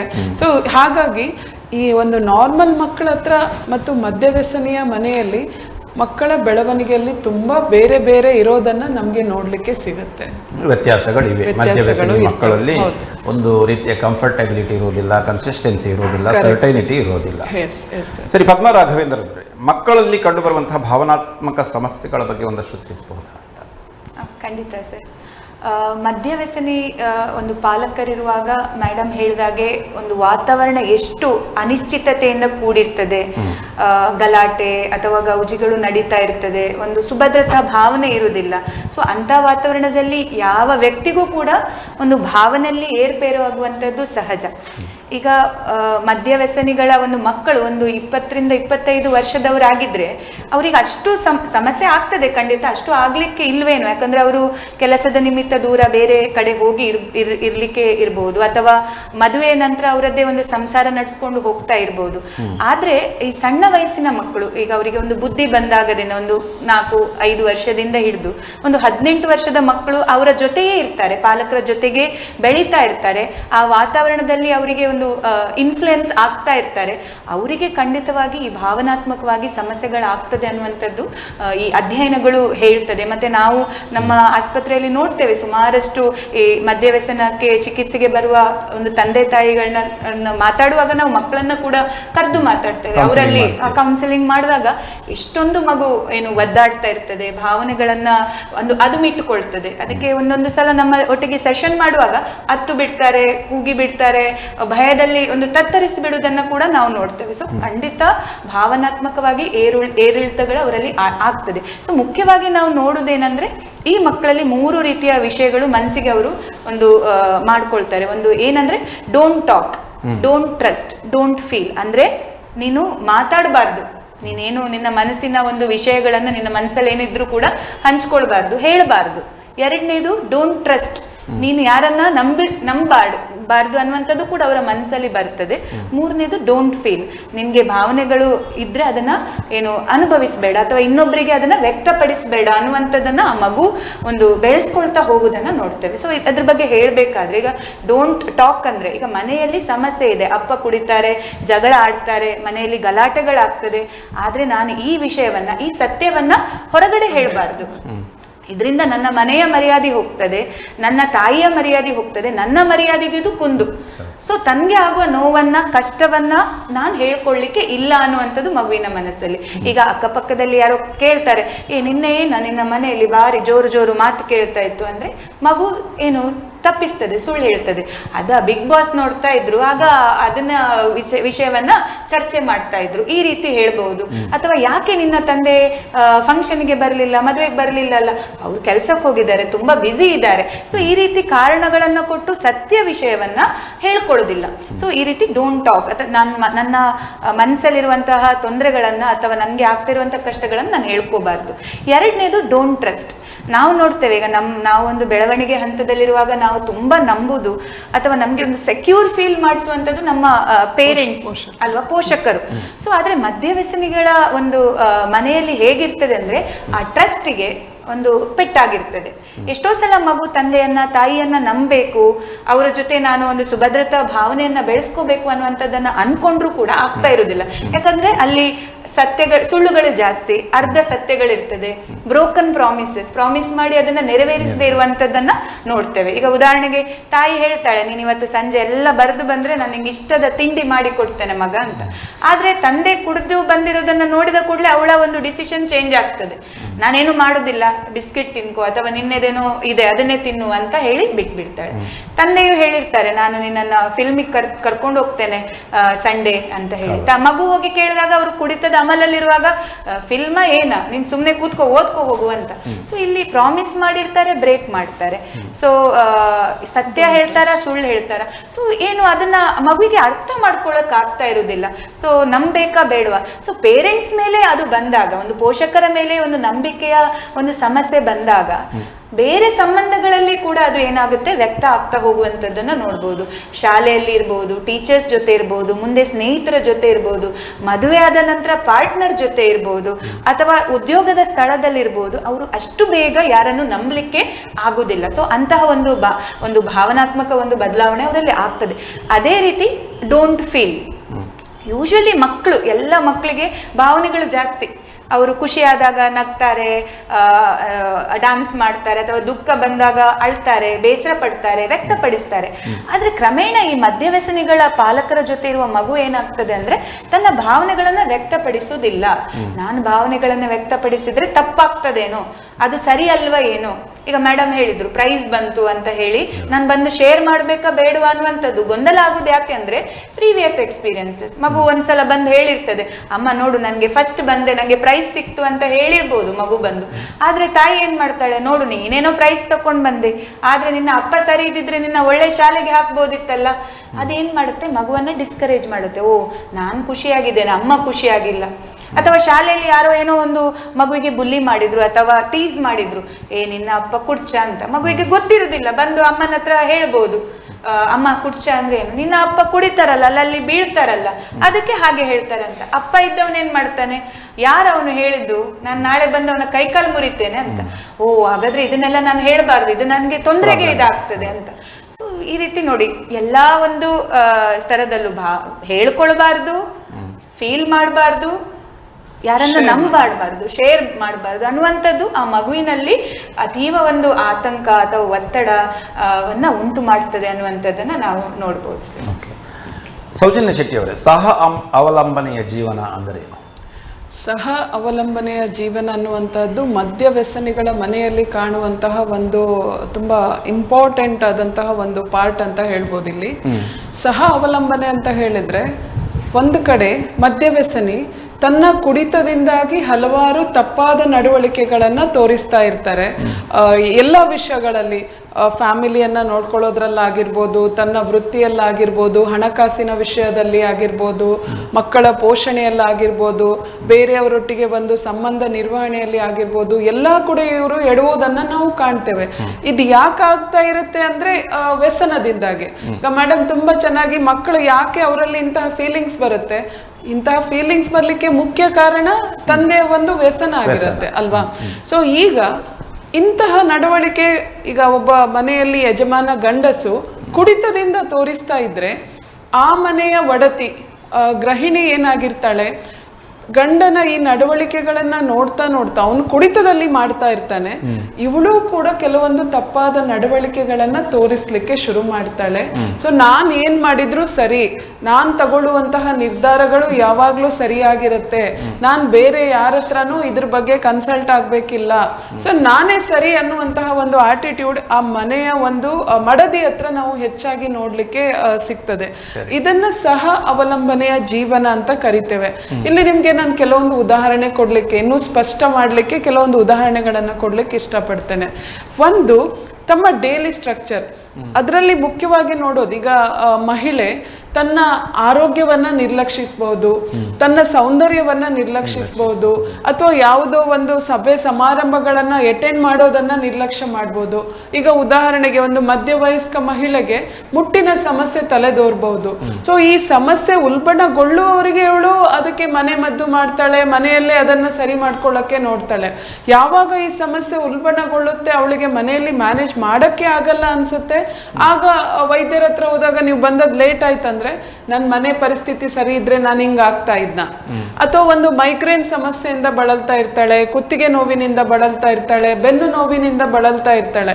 ಸಮಸ್ಯೆ ಸಣ್ಣ ಪ್ರಮಾಣದಲ್ಲಿರುವಾಗ ಅದನ್ನ ನಿರ್ಲಕ್ಷ್ಯ ಮಾಡಿ, ಸಮಸ್ಯೆ ಜಾಸ್ತಿ ಆದಾಗ ಅದಕ್ಕೆ ಪರಿಹಾರ ಕಂಡುಕೊಳ್ಳೋದು ಕಷ್ಟ ಅಂತ ಆದಾಗ, ಸೊ ತಾನ್ ಮಾಡಿದ ತಪ್ಪಿಗೂ ಕೂಡ ಬೇರೆಯವರನ್ನ ಹೊಣೆಗಾರರನ್ನಾಗಿ ಮಾಡುವಂಥದ್ದನ್ನ ಒಂದು ಸಹ ಅವಲಂಬನೆ ಒಂದು ಇದನ್ನ ನೋಡ್ಬೋದು. ಹಾಗೆ ಮೊದಲೆಲ್ಲ ಅವಳು ಸಭೆ ಸಮಾರಂಭಗಳಿಗೆ ತುಂಬ ಚಂದ ಮಾಡಿ ರೆಡಿ ಮಾಡಿ ಹೋಗಿ ಲವಲವಿಕೆಯಿಂದ ಅಟೆಂಡ್ ಆಗ್ತಾ ಇದ್ಲು. ಈಗ ಅವಳಿಗೆ ಎಲ್ಲೂ ಹೋಗ್ಲಿಕ್ಕೆ ಇಷ್ಟ ಆಗಲ್ಲ. ಸೊ ತನಗೆ ಖುಷಿ ಕೊಡುತ್ತೆ, ತನಗೆ ಬೇಕಾದವರು ತನ್ನ ಸ್ನೇಹಿತೆಯರು ಸಿಗ್ತಾರೆ ಅಥವಾ ಸಂಬಂಧಿಕರು ಸಿಗ್ತಾರೆ, ನನ್ನ ಮನಸ್ಸು ಸ್ವಲ್ಪ ಹಗುರ ಆಗುತ್ತೆ ಅನ್ನುವಂತಹ ಫೀಲಿಂಗ್ಸ್ ಇದ್ರೂ ಕೂಡ ಬೇಡ ಅಲ್ಲಿ ಹೋಗೋದು, ಎಲ್ಲರೂ ನನ್ನ ಗಂಡನ ಬಗ್ಗೆನೇ ಕೇಳ್ತಾರೆ, ಅವರಿಗೆ ಗೊತ್ತಿರುತ್ತೆ ನಮ್ಮ ಮನೆ ಪರಿಸ್ಥಿತಿ, ಅವ್ರಿಗೆ ಗೊತ್ತಿಲ್ಲದೆ ಇರ್ಬೋದು, ಇವಳು ಎಸ್ಯೂಮ್ ಮಾಡ್ಕೋಬಹುದು. ಸೊ ಅವ್ರು ಬೇಕಂತಲೇ ನನ್ನ ಗಂಡನ ಬಗ್ಗೆ ಕೇಳೋದು, ಬೇಕಂತಲೇ ನನ್ನ ಗಂಡನ ಕೆಲಸದ ಬಗ್ಗೆ ಎನ್ಕ್ವೈರಿ ಮಾಡೋದು, ಬೇಕಂತಲೇ ನನ್ನ ಮಕ್ಕಳ ಶಾಲೆಯ ಬಗ್ಗೆ. ಸೊ ಇದು ಇವಳು ಬೆಳೆಸಿಕೊಳ್ಳುವಂತಹ ಒಂದು ಭಾವನೆಗಳು. ಅದು ಆಗಿರ್ಲೇಬೇಕಂತಿಲ್ಲ, ಅವರು ಕ್ಯಾಶುವಲ್ ಆಗಿ ಕೇಳಿರ್ಬೋದು, ಬಟ್ ಅವ್ರು ಕೇಳೋದನ್ನ ಇವಳು ಯಾವಾಗ್ಲೂ ನೆಗೆಟಿವ್ ಆಲೋಚನೆಯಲ್ಲಿ ಇರೋದ್ರಿಂದ, ಸೊ ಯಾರೇನ್ ಮಾತಾಡಿದ್ರು ಬೇಕಂತಲೇ ನನಗೆ ಟಾಂಟ್ ಕೊಡ್ಲಿಕ್ಕೆ ಹೇಳ್ತಾ ಇದ್ದಾರೆ, ನನ್ನ ಮನೆಯಲ್ಲಿ ಆಗ್ತಾ ಇರೋ ಸಮಸ್ಯೆಗಳ ಬಗ್ಗೆ ಗೊತ್ತು ಅಂತ ಹೇಳಿ ಇವುಗಳ ಹೋಗೋದ ಅವಾಯ್ಡ್ ಮಾಡಕ್ ಸ್ಟಾರ್ಟ್ ಮಾಡ್ತಾಳೆ. ಆ ಖುಷಿಯನ್ನ ಇವಳು ಮಿಸ್ ಮಾಡ್ಕೊಳ್ಳಕ್ಕೆ ಶುರು ಮಾಡ್ತಾಳೆ. ಸೊ ಅದೇ ರೀತಿ ನಾವು ನೋಡುವಂತಹದ್ದು ಇನ್ನೊಂದು ಹಣಕಾಸಿನ ವಿಚಾರದಲ್ಲಿ ನಿರ್ವಹಣೆ. ಸೊ ಮೊದಲು ಗಂಡನ ಕುಡಿತವನ್ನ ನಿಯಂತ್ರಣ ಮಾಡ್ಲಿಕ್ಕೆ ಪ್ರಯತ್ನವನ್ನ ಮಾಡಿರ್ತಾಳೆ. ಅದಾಗಲ್ಲ ಅಂತ ಆದ್ಮೇಲೆ ಆತನಿಗೆ ಬೇರೆ ಬೇರೆ ಬೆದರಿಕೆಗಳನ್ನ ಕೊಡೋದು, ನಿನ್ನನ್ನು ಬಿಟ್ಟು ಹೋಗ್ತೇನೆ, ನಿನ್ಗೆ ವಿವಾಹ ವಿಚ್ಛೇದನ ಕೊಡ್ತೇನೆ, ಪೊಲೀಸ್ ಕಂಪ್ಲೇಂಟ್ ಕೊಡ್ತೇನೆ, ನನ್ನ ಅಣ್ಣ ತಮ್ಮಂದಿರ ಹತ್ರ ಹೇಳಿ ನಿನ್ಗೇನಾದ್ರೂ ತೊಂದರೆ ಮಾಡಿಸ್ತೇನೆ, ಆಣೆ ಪ್ರಮಾಣ ಮಾಡಿಸ್ಕೊಳ್ಳೋದು, ಇದ್ಯಾವುದೂ ನಡೆದಿರಲ್ಲ. ಅವ್ನು ಕುಡಿತ ಕಂಟಿನ್ಯೂ ಆಗ್ತಾ ಇರುತ್ತೆ. ನಿಧಾನವಾಗಿ ಮನೆ ಯಜಮಾನಿಕೆಯನ್ನ ತಾನು ತಗೊಳ್ಳಕ್ಕೆ ಶುರು ಮಾಡ್ತಾಳೆ. ಹಣಕಾಸಿನ ಜವಾಬ್ದಾರಿ ಮುಖ್ಯವಾಗಿ ತಾನೇ ನಿರ್ವಹಿಸ್ಲಿಕ್ಕೆ ಶುರು ಮಾಡ್ತಾಳೆ. ಸೊ ಈ ಸಂದರ್ಭದಲ್ಲಿ ಕೆಲವೊಂದು ದೊಡ್ಡ ನಿರ್ಧಾರಗಳನ್ನ ತಗೊಳ್ಳೋದು. ಯಾರೋ ಹೇಳ್ತಾರೆ ಒಂದು ಸೈಟ್ ತುಂಬಾ ಚೀಪ್ ಆಗಿ ಸಿಗ್ತಾ ಇದೆ, ಸೊ ಇವಳು ಯಾರನ್ನು ಕನ್ಸಲ್ಟ್ ಆಗದೆ ಹೋಗಿ ತನ್ನಲ್ಲಿ ಏನಾದ್ರೂ ಸ್ವಲ್ಪ ಒಡವೆ ಇದ್ರೆ ಹೋಗಿ ಅದಕ್ಕೆ ಇನ್ವೆಸ್ಟ್ ಮಾಡ್ಕೊಳ್ಳುವಂತದ್ದು. ನಂತರ ಅದು ಮೋಸ ಅಂತ ಗೊತ್ತಾದ್ಮೇಲೆ ಇವಳ ದುಡ್ಡು ಕಳ್ಕೊಳ್ಬಹುದು. ಅಥವಾ ಯಾರೋ ಹೇಳ್ತಾರೆ ತುಂಬಾ ಏನೋ ದುಡ್ಡಿಟ್ರೆ ತುಂಬಾ ಬಡ್ಡಿ ಸಿಗುತ್ತೆ ಅಲ್ಲಿ ಇಲ್ಲಿ ಅಂತ ಹೇಳಿ. ಸೊ ಆ ಮಾತುಗಳನ್ನ ನಂಬಿ ತನ್ನಲ್ಲಿದ್ದ ಸ್ವಲ್ಪ ಹಣವನ್ನು ಎಲ್ಲೋ ಹೋಗಿ ಇನ್ವೆಸ್ಟ್ ಮಾಡುವಂಥದ್ದು. ಈ ಬಗ್ಗೆ ಇವಳಿಗೆ ಯಾವ ಮಾಹಿತಿನೂ ಇರಲ್ಲ, ಬೇರೆಯವ್ರ ಹತ್ರ ಇವಳು ಕೇಳೋದು ಇಲ್ಲ.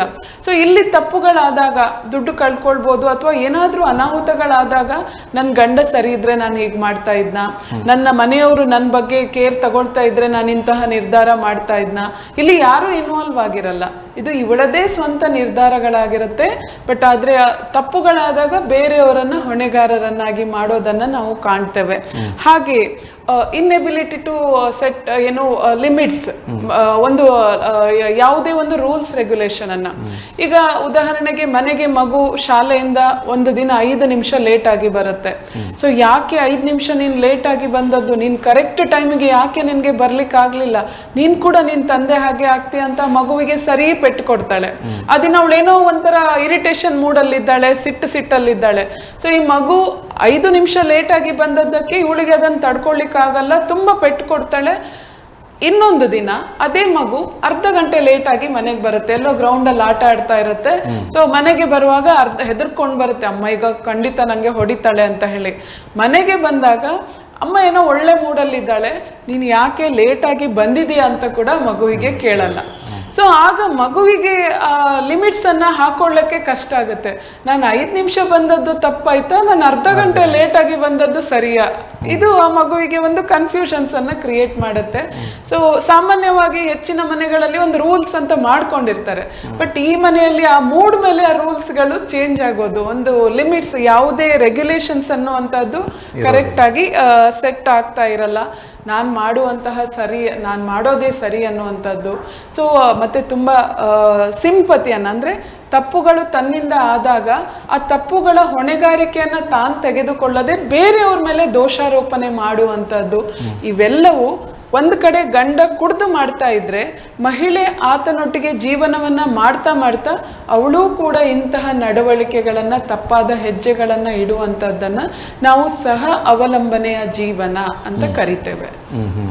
ಅಂದ್ರೆ ಈ ಫ್ಯಾಮಿಲಿ ಡಿಸಿಪ್ಲಿನ್ ನಲ್ಲಿ ವ್ಯತ್ಯಾಸ ಆಗುತ್ತೆ. ಒಂದು ಲೈಫ್ ಲೀಡಿಂಗ್ ಅಂತ ಇರುತ್ತೆ, ಅದರ ಡಿಸಿಪ್ಲಿನ್ ನಲ್ಲಿ ಚೇಂಜಸ್ ಕಾಣ್ಲಿಕ್ಕೆ ಸಿಗುತ್ತೆ. ಓಕೆ, ಪದ್ಮಾ ರಾಘವೇಂದ್ರ ಅವರೇ, ಮಕ್ಕಳಲ್ಲಿ ತಾವು ಭಾವನಾತ್ಮಕ ಸಮಸ್ಯೆಗಳ ಬಗ್ಗೆ ತಾವು ಹೇಳಿದ್ರಿ. ಯಾವುದೆಲ್ಲ ಮಾನಸಿಕ ಹಾಗೂ ಈ ಬಿಹೇವಿಯರ್ ಸಮಸ್ಯೆಗಳು, ವರ್ತನಾ ಸಮಸ್ಯೆಗಳು ಕಂಡು ಬರ್ತವೆ? ಭಾವನಾತ್ಮಕ ಒಂದು ಹೇಗೆ ಅವರು ಭಾವನಾತ್ಮಕವಾಗಿ ತೊಂದರೆಗೊಳಗಾಗ್ತೇವೆ ಆಗ್ತಾರಂತ ನೋಡಿದ್ವಿ. ಆ ಭಾವನೆಗಳು ಏನು ತೊಂದರೆಗಳು ಒಳಗಾಗ್ತಾ ಏನಂದ್ರೆ ಕೆಲವು ಮಕ್ಕಳಲ್ಲಿ ಈ ಮಾನಸಿಕ ತೊಂದರೆಗಳು, ಒತ್ತಡಗಳು ಅಥವಾ ಈ ವರ್ತನ ಸಮಸ್ಯೆಗಳು ಕಂಡು ಬರಬಹುದು. ಮುಖ್ಯವಾಗಿ ಎಲ್ಲ ಮಕ್ಕಳು ನೋಡ್ತೇವೆ ನಾವು ಒಂದೇ ರೀತಿ ಇರುವುದಿಲ್ಲ. ಈಚ್ ಚೈಲ್ಡ್ ಈಸ್ ಯುನೀಕ್ ಅಂತ ಹೇಳಿದಾಗೆ ಎಲ್ಲ ಮಕ್ಕಳು ವಿಶಿಷ್ಟವಾಗಿರ್ತಾರೆ. ಅದೇ ರೀತಿ ಅವರ ಪ್ರಾಬ್ಲಮ್ ಕೂಡ ವಿಶಿಷ್ಟವಾಗಿರ್ತದೆ, ಒಂದೇ ರೀತಿ ಇರುವುದಿಲ್ಲ ಮಕ್ಕಳಲ್ಲಿ. ಎಲ್ಲ ಮಕ್ಕಳಲ್ಲೂ ಹಾಗೆ, ಆದ್ರೆ ವಿಶಿಷ್ಟ ಆಗಿರ್ತದೆ. ನಾವು ಒಬ್ಬರದ್ದೇ ಈ ಸಮಸ್ಯೆಯೇ ಬರುತ್ತೆ ಅಂತಿಲ್ಲ, ಒಬ್ಬೊಬ್ಬರಿಗೆ ಒಂದೊಂದು ರೀತಿ ಸಮಸ್ಯೆ ಕಾಣಬಹುದು. ಸೊ ಮುಖ್ಯವಾಗಿ ಮದ್ಯ ವ್ಯಸನಿಗಳ ಒಂದು ಬಿಹೇವಿಯರಲ್ ಸಮಸ್ಯೆಗಳಿಂದಾಗಿ ಅವರು ಏನು ಸುಳ್ಳು ಹೇಳುದು ಅಥವಾ ತಪ್ಪುಗಳನ್ನ ಮಾಡೋದ್ರಿಂದ ಆ ವರ್ತನೆಗಳು ಮಕ್ಕಳಲ್ಲೂ ಕಂಡು ಬರ್ಬೋದು. ಇದು ಅವರ ವರ್ತನಾ ಸಮಸ್ಯೆಗೆ ಕಾರಣ ಆಗ್ಬಹುದು. ಸೊ ಮುಖ್ಯವಾಗಿ ಮದ್ಯ ವ್ಯಸನಿಗಳ ಮಕ್ಕಳಲ್ಲಿ ಈ ಸುಳ್ಳು ಹೇಳುವಂಥದ್ದನ್ನ ನಾವು ಜಾಸ್ತಿಯಾಗಿ ನೋಡ್ತೇವೆ, ಅಥವಾ ಕದಿಯುವಂಥದ್ದು, ಹಣವನ್ನ ಕದ್ದು ಅದನ್ನ ಈ ರೀತಿ ಏನು ಫ್ರೆಂಡ್ಸ್ ಜೊತೆ ಖರ್ಚು ಮಾಡಿ ಬಿಡೋದು, ಅಥವಾ ಬ್ಯಾಡ್ ಹ್ಯಾಬಿಟ್ಸ್ ಅನ್ನ ಶುರು ಮಾಡ್ಕೊಳ್ಳುವಂಥದ್ದು, ಇಂಥದ್ದಕ್ಕೆ ಕೂಡ ಅವರು ಯೂಸ್ ಮಾಡ್ಬೋದು.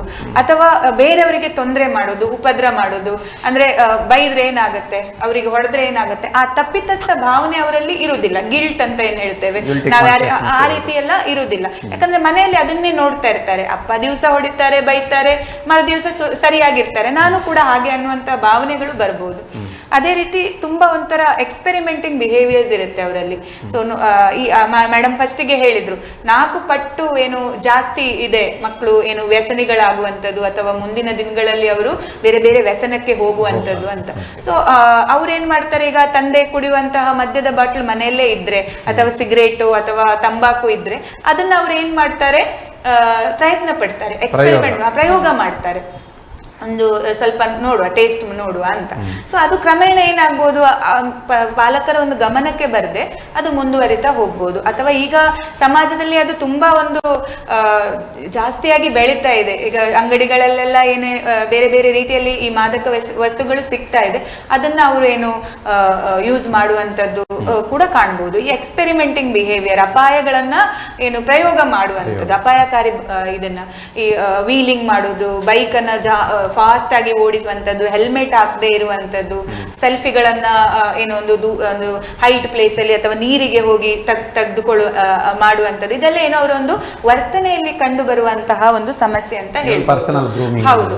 ಅದೇ ರೀತಿ ಖಾಲಿ ಈ ಮದ್ಯ ಮಾದಕದ ಕಡೆಗೆ ಮಾತ್ರ ಅವರು ಆಕರ್ಷಿತರಾಗದೆ ಈ ಬಿಹೇವಿಯರಲ್ ಅಡಿಕ್ಷನ್ ಅಂತ ಹೇಳ್ತೇವೆ, ಇತರ ವರ್ತನಾ ಸಮಸ್ಯೆಗಳು ಅಂತ ದೋಷಗಳು. ಉದಾಹರಣೆಗೆ ಅವರು ಮೊಬೈಲ್ ನ ಒಂದು ಅಡಿಕ್ಷನ್ಗೆ ಒಳಗಾಗಬಹುದು, ಅಥವಾ ಈ ಗೇಮಿಂಗ್ ಅಡಿಕ್ಷನ್ಗೆ ಒಳಗಾಗಬಹುದು, ಅಥವಾ ಬೆಟ್ಟಿಂಗ್ ಮಾಡುವಂಥದ್ದು, ಈ ಕ್ರಿಕೆಟ್ ಬೆಟ್ಟಿಂಗ್ ಮಾಡೋದು, ಅಥವಾ ಆನ್ಲೈನ್ ಬೆಟ್ಟಿಂಗ್ ಮಾಡುವಂಥದ್ದು, ಅಥವಾ ಈ ಜೂಜಾಟಗಳನ್ನ ಆಡುವಂಥದ್ದು. ಸೊ ಇದು ಕೂಡ ಅವರಲ್ಲಿ ಕಂಡು ಬರ್ಬೋದು. ಈ ಸ್ಟಡೀಸ್ ಏನ್ ಹೇಳ್ತದೆ ಅಂದ್ರೆ, ಈ ಮದ್ಯ ವ್ಯಸನಿಗಳ ಮಕ್ಕಳು ವ್ಯಸನಿಗಳ ಆಗುವಂತಹ ಚಾನ್ಸಸ್ ಜಾಸ್ತಿ. ಯಾಕಂದ್ರೆ ಅವರಿಗೆ ಇನ್ಹೆರಿಟೆಡ್ ಇರುತ್ತೆ, ಅದು ಅವರ ಒಂದು ಜೀನ್ಸ್ ಅಲ್ಲೇ ಅಥವಾ ಅವರಿಗೆ ಒಂದು ಹೆರಿಡಿಟರಿ ಆಗಿ ಅದು ಬರುವಂತ ಚಾನ್ಸಸ್ ಇರ್ತದೆ ಅಂತ ಮಕ್ಕಳು. ಹೌದು, ಅವರು ಅದರಿಂದ ದೂರ ಇದ್ರೆ ಅವರು ಅಂತ ವಿಷಯಗಳಿಗೆ ಹೋಗುವಂತ ಚಾನ್ಸಸ್ ಕಡಿಮೆ. ಬಟ್ ಯಾವಾಗ್ಲಾದ್ರೂ ಪ್ರಯೋಗ ಮಾಡಿದ್ರೆ, ಎಕ್ಸ್ಪೆರಿಮೆಂಟಿಂಗ್ ಬಿಹೇವಿಯರ್ಸ್ ಇದ್ರೆ, ಅವರು ಮುಂದಿನ ದಿನಗಳಲ್ಲಿ ಅವರು ಅಡಿಕ್ಷನ್ಗೆ ಒಳಗಾಗಬಹುದು ಅನ್ನುವಂಥದ್ದನ್ನ ಕೂಡ ಅಧ್ಯಯನಗಳು ಹೇಳ್ತದೆ. ಈ ರೀತಿಯಾಗಿ ಏನು ಈ ವರ್ತನೆಯಲ್ಲಿ ಅನೇಕ ಸಮಸ್ಯೆಗಳನ್ನ ನಾವು ಈ ಮದ್ಯವ್ಯಸನಿಗಳ ಮಕ್ಕಳಲ್ಲಿ ಕಾಣ್ತೇವೆ. ಅದೇ ರೀತಿ ಈ ಮಾನಸಿಕ ತೊಂದರೆಗಳು ಏನು ಅಂದ್ರೆ, ಈ ಭಾವನಾತ್ಮಕ ಸಮಸ್ಯೆ ಸ್ವಲ್ಪ ಏನು ಈ ಆತಂಕ ಕಾಯಿಲೆಗಳಾಗಿ ಬದಲಾವಣೆಗೊಳ್ತದೆ ಇಲ್ಲಿ ಅವರಲ್ಲಿ. ಮುಖ್ಯವಾಗಿ ಆಂಗ್ಸೈಟಿ ಡಿಸಾರ್ಡರ್ಸ್ ಅಂತ ಹೇಳ್ತೇವೆ, ಅಥವಾ ಭಯದ ಒಂದು ಸಮಸ್ಯೆಗಳು ಅಂತ ಹೇಳ್ತೇವೆ. ಮುಖ್ಯವಾಗಿ ನಾವು ನೋಡ್ತೇವೆ ಈ ಪರೀಕ್ಷಾ ಆತಂಕಗಳು ಈ ಮಕ್ಕಳಲ್ಲಿ ಜಾಸ್ತಿ ಇರ್ತದೆ. ಯಾಕಂದ್ರೆ ಅವರಿಗೆ ಮನೆಯ ವಾತಾವರಣದಲ್ಲಿ ಓದ್ಲಿಕ್ಕೆ ಆಗ್ತಾ ಇರುವುದಿಲ್ಲ, ಶಾಲೆಯಲ್ಲಿ ಕಾನ್ಸಂಟ್ರೇಟ್ ಮಾಡ್ಲಿಕ್ಕೆ ಆಗ್ತಾ ಇರುವುದಿಲ್ಲ. ಯಾಕಂದ್ರೆ ರಾತ್ರಿ ನಿದ್ದೆಗೆಟ್ಟಿರ್ತಾರೆ, ಅಥವಾ ಮನೆಯಲ್ಲಿ ಗಲಾಟೆಗಳಾದ ಕಾರಣ ಭಾವನಾತ್ಮಕವಾಗಿ ತುಂಬಾ ಒಂದು ಏನು ಟಯರ್ಡ್ ಫೀಲ್ ಮಾಡ್ತಾ ಇರ್ತಾರೆ. ಅವರಿಗೆ ಕರೆಕ್ಟ್ ಆಗಿ ವಿದ್ಯೆ ಮನಸ್ಸಿಗೆ ಹತ್ತುದಿಲ್ಲ. ಪರೀಕ್ಷೆಗಳ ಹತ್ರ ಬಂದಾಗ ಏನಾಗುತ್ತೆ, ಭಯ ಶುರು ಆಗುತ್ತೆ. ನಾನು ಫೇಲ್ ಆದ್ರೆ ಪುನಃ ಅಮ್ಮನ ಹತ್ರ ಬಯಸ್ಕೋಬೇಕು, ಅಪ್ಪನ ಹತ್ರ ಬಯಸ್ಕೋಬೇಕು ಅಂತ. ಆ ಭಯದಲ್ಲಿ, ಆ ನಕಾರಾತ್ಮಕ ಯೋಚನೆಗಳಿಂದಾಗಿ ಅವರಿಗೆ ಸರಿಯಾಗಿ ಪರ್ಫಾರ್ಮ್ ಮಾಡ್ಲಿಕ್ಕೆ ಆಗ್ತಾ ಇರುವುದಿಲ್ಲ. ಅದೇ ರೀತಿ ಸೋಷಿಯಲ್ ಆಂಗ್ಸೈಟಿ ಅಥವಾ ಸಾಮಾಜಿಕ ಆತಂಕ ಮನೋಬೇನೆ ಅಂತ ಹೇಳ್ತೇವೆ. ಒಂದು 4 ಜನ ಇರುವಾಗ ಅವರಿಗೆ ಮುಂದೆ ಹೋಗ್ಲಿಕ್ಕೆ ಅಥವಾ ಅವರ ಜೊತೆ ಮಾತಾಡ್ಲಿಕ್ಕೆ ಅಥವಾ ಫಂಕ್ಷನ್ಸ್ ಅಟೆಂಡ್ ಮಾಡ್ಲಿಕ್ಕೆ ತುಂಬಾ ಕಷ್ಟ ಆಗ್ತಾ ಇರ್ತದೆ. ಹಿಂಜರಿಕೆ ಇರ್ತದೆ. ಯಾಕಂದ್ರೆ ಅವರಲ್ಲಿ ತುಂಬಾ ನೆಗೆಟಿವ್ ಯೋಚನೆಗಳಿರ್ತದೆ. ಎಲ್ಲ ನನ್ನನ್ನೇ ನೋಡ್ಬೋದು, ನನ್ನ ಬಗ್ಗೆನೇ ಮಾತಾಡ್ಬೋದು, ನನ್ನ ತಂದೆಯ ಬಗ್ಗೆ ಮಾತಾಡ್ಬೋದು. ಯಾಕಂದ್ರೆ ಅವರು ಕುಡಿತಾರೆ, ಅಲ್ಲಿ ಬಂದು ಏನೋ ವಿಚಿತ್ರವಾಗಿ ವರ್ತಿಸ್ತಾರೆ, ಎಲ್ಲೋ ಬಿದ್ದಿರ್ತಾರೆ, ಅವರನ್ನು ನೋಡಿ ಅವ್ರು ಏನೇನೋ ಮಾತಾಡ್ತಾರೆ, ಅದು ನನ್ಗೆ ಕೂಡ ರಿಲೇಟ್ ಮಾಡಿ ಹೇಳ್ತಾರೆ ಅನ್ನುವಂತ ಒಂದು ಕಲ್ಪನೆಯಲ್ಲೇ ಅವ್ರು ಇರ್ತಾರೆ. ಅಥವಾ ಏನು ಆ ನೆಗೆಟಿವ್ ಥಾಟ್ಸ್ ಅವರನ್ನ ತುಂಬಾ ಬಾದರ್ ಮಾಡ್ತಾ ಇರ್ತದೆ. ಅದರಿಂದಾಗಿ ಅವರು ಈ ಅವಾಯ್ಡೆನ್ಸ್ ಬಿಹೇವಿಯರ್ ಅನ್ನು ಶುರು ಮಾಡ್ತಾರೆ.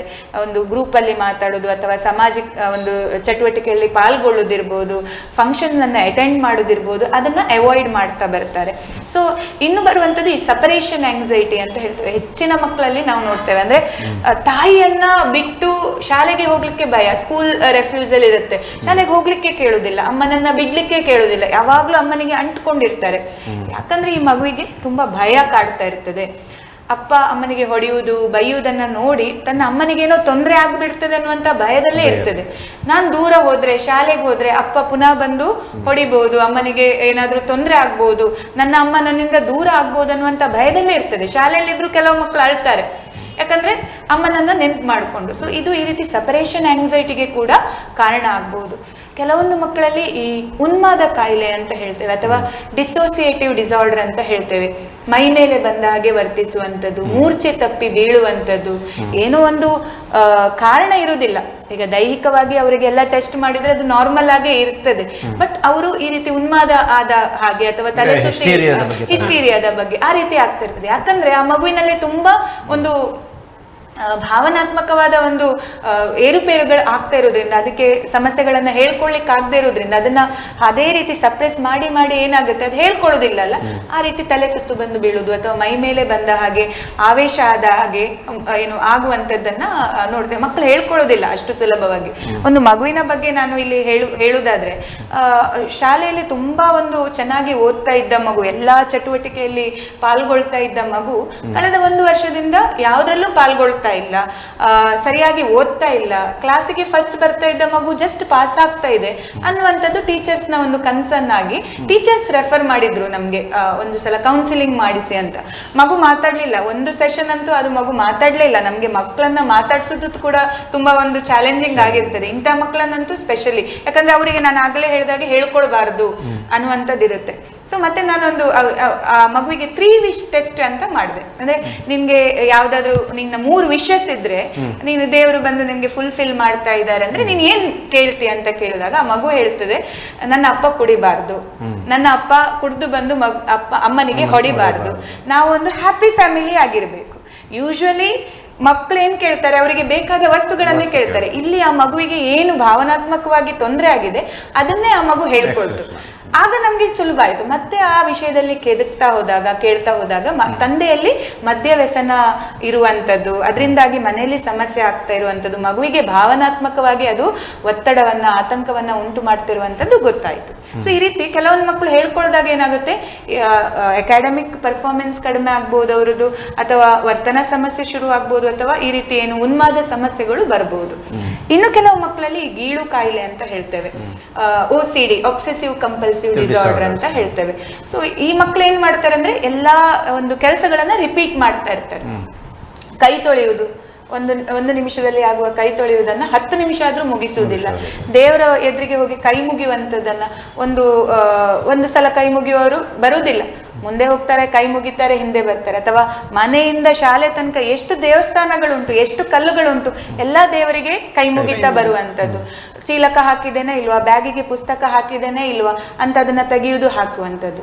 ಓದ್ತಾ ಇರ್ತಾರೆ, ಏನೋ ಯೋಚನೆ ಬರ್ತದೆ, ಓ ನಾನು ಸರಿ ಆಗ್ಲಿಲ್ಲ, ಯೋಚನೆ ಬಂತು, ಕೆಟ್ಟ ಯೋಚನೆ ಬಂತು, ನಾನು ಫಸ್ಟ್ ಇಂದ ಓದ್ಬೇಕು ಅಂತ ಪುನಾದಿಂದ ಓದ್ತಾರೆ. ಬರೆಯುವಾಗನೂ ಹಾಗೆ ಚಂದ ಮಾಡಿ ಬರಿತಾ ಇರ್ತಾರೆ, ಒಂಚೂರು ಚಿತ್ತಾದ್ರೂ ಕೂಡ ಮನಸ್ಸಿಗೆ ಓ ಚಿತ್ತಾಯ್ತು, ಇದು ಸರಿ ಆಗ್ಲಿಲ್ಲ ಅಂತ ಪುನಃ ಬರೀತಾರೆ. ಇದು ಮಕ್ಕಳಲ್ಲಿ ಕಂಡು ಬರುವಂತ ಗೀಳಿನ ಲಕ್ಷಣಗಳು.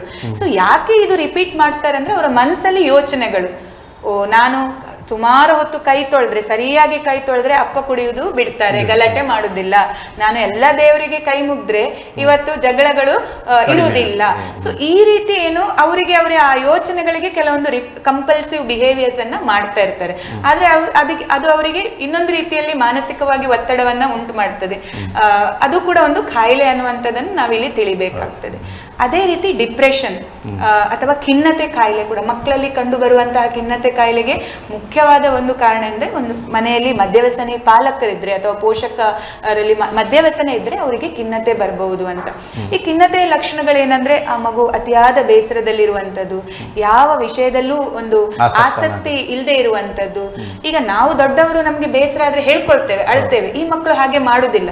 ಅದು ನಾವು ಅವರ ಕೆಲವೊಂದು ಬಿಹೇವಿಯರ್ ಇಂದ ತಿಳ್ಕೊಳ್ಬೇಕಾಗ್ತದೆ. ಆಡ್ತಾ ಇದ್ದ ಮಗು ಒಂಟಿಯಾಗಿ ಹೋಗಿ ಕೂತ್ಕೊಳ್ಳುವಂಥದ್ದು, ತನ್ನ ಫೇವರೆಟ್ ಟಾಯ್ಸ್ ಅನ್ನ ಬೇರೆ ಯಾರಿಗಾದ್ರೂ ಕೊಟ್ಟು ಬಿಡುವಂಥದ್ದು, ಅರ್ಥ ಆಯ್ತಾ? ಅಥವಾ ಒಂದು ಚಿತ್ರ ಬಿಡಿಸುವಾಗ ಫ್ಯಾಮಿಲಿ ಅಂತದ್ದು ಅದನ್ನ ದೂರ ಮಾಡುವಂಥದ್ದು, ಅಥವಾ ಒಂದು ಗಲಾಟೆಯ ಚಿತ್ರವನ್ನ ಬಿಡಿಸುವಂಥದ್ದು. ಅಂದ್ರೆ ಅದರ ಮನಸ್ಸಲ್ಲಿ ಏನಿದೆ ಅದನ್ನ ಅದು ಅಲ್ಲಿ ವ್ಯಕ್ತಪಡಿಸ್ತಾ ಇರ್ತದೆ. ಎಷ್ಟೋ ಮಕ್ಕಳಲ್ಲಿ ಈ ಆತ್ಮಹತ್ಯೆ ಯೋಚನೆಗಳು ಕೂಡ ಬರ್ಬೋದು. ಅಥವಾ ನಾವು ನೋಡ್ತೇವೆ, ಪಾಲಕರ ಮದ್ಯವ್ಯಸನದಿಂದ ಆತ್ಮಹತ್ಯೆ ಮಾಡ್ಕೊಂಡಿರುವ ಮಕ್ಕಳ ಸಂಖ್ಯೆ ಕೂಡ ಇತ್ತೀಚಿನ ದಿನಗಳಲ್ಲಿ ಏರ್ತಾ ಇರುವಂತದ್ದು.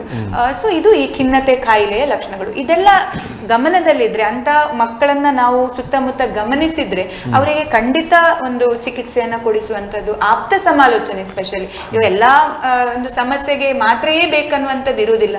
ಕೆಲವೊಮ್ಮೆ ಆಪ್ತ ಸಮಾಲೋಚನೆಯಿಂದ ಕೂಡ ಇದನ್ನ ಸರಿ ಮಾಡಬಹುದು. ಅಥವಾ ಮನೆಯಲ್ಲೇ ಇರುವ ಯಾರಾದ್ರೂ ಒಬ್ರು ಹಿರಿಯ ವ್ಯಕ್ತಿಗಳು ಅಥವಾ ಸ್ಕೂಲಿನ ಟೀಚರ್ ಇರ್ಬೋದು, ಆ ಮಗುವಿಗೆ ಮಾರ್ಗದರ್ಶನ ಕೊಟ್ಟಾಗ ಏನಾಗುತ್ತೆ, ಆ ಆತಂಕಗಳು ಅಥವಾ ವರ್ತನ ಸಮಸ್ಯೆಗಳಿಂದ ಮಗು ಹೊರಗೆ ಬರಲಿಕ್ಕೆ ಸಾಧ್ಯ ಆಗ್ತದೆ.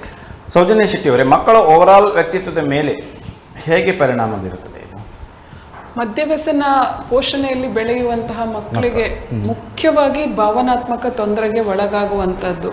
ಸೊ ಈ ಮಕ್ಕಳು ತಮ್ಮ ಒಂದು ರಕ್ಷಣಾತ್ಮಕ ತಂತ್ರವಾಗಿ ಬೇರೆ ಬೇರೆ ರೀತಿಯ ವ್ಯಕ್ತಿತ್ವವನ್ನ ರೂಪಿಸ್ಕೊಳ್ಳೋದನ್ನ ನಾವಿಲ್ಲಿ ಕಾಣ್ತೇವೆ.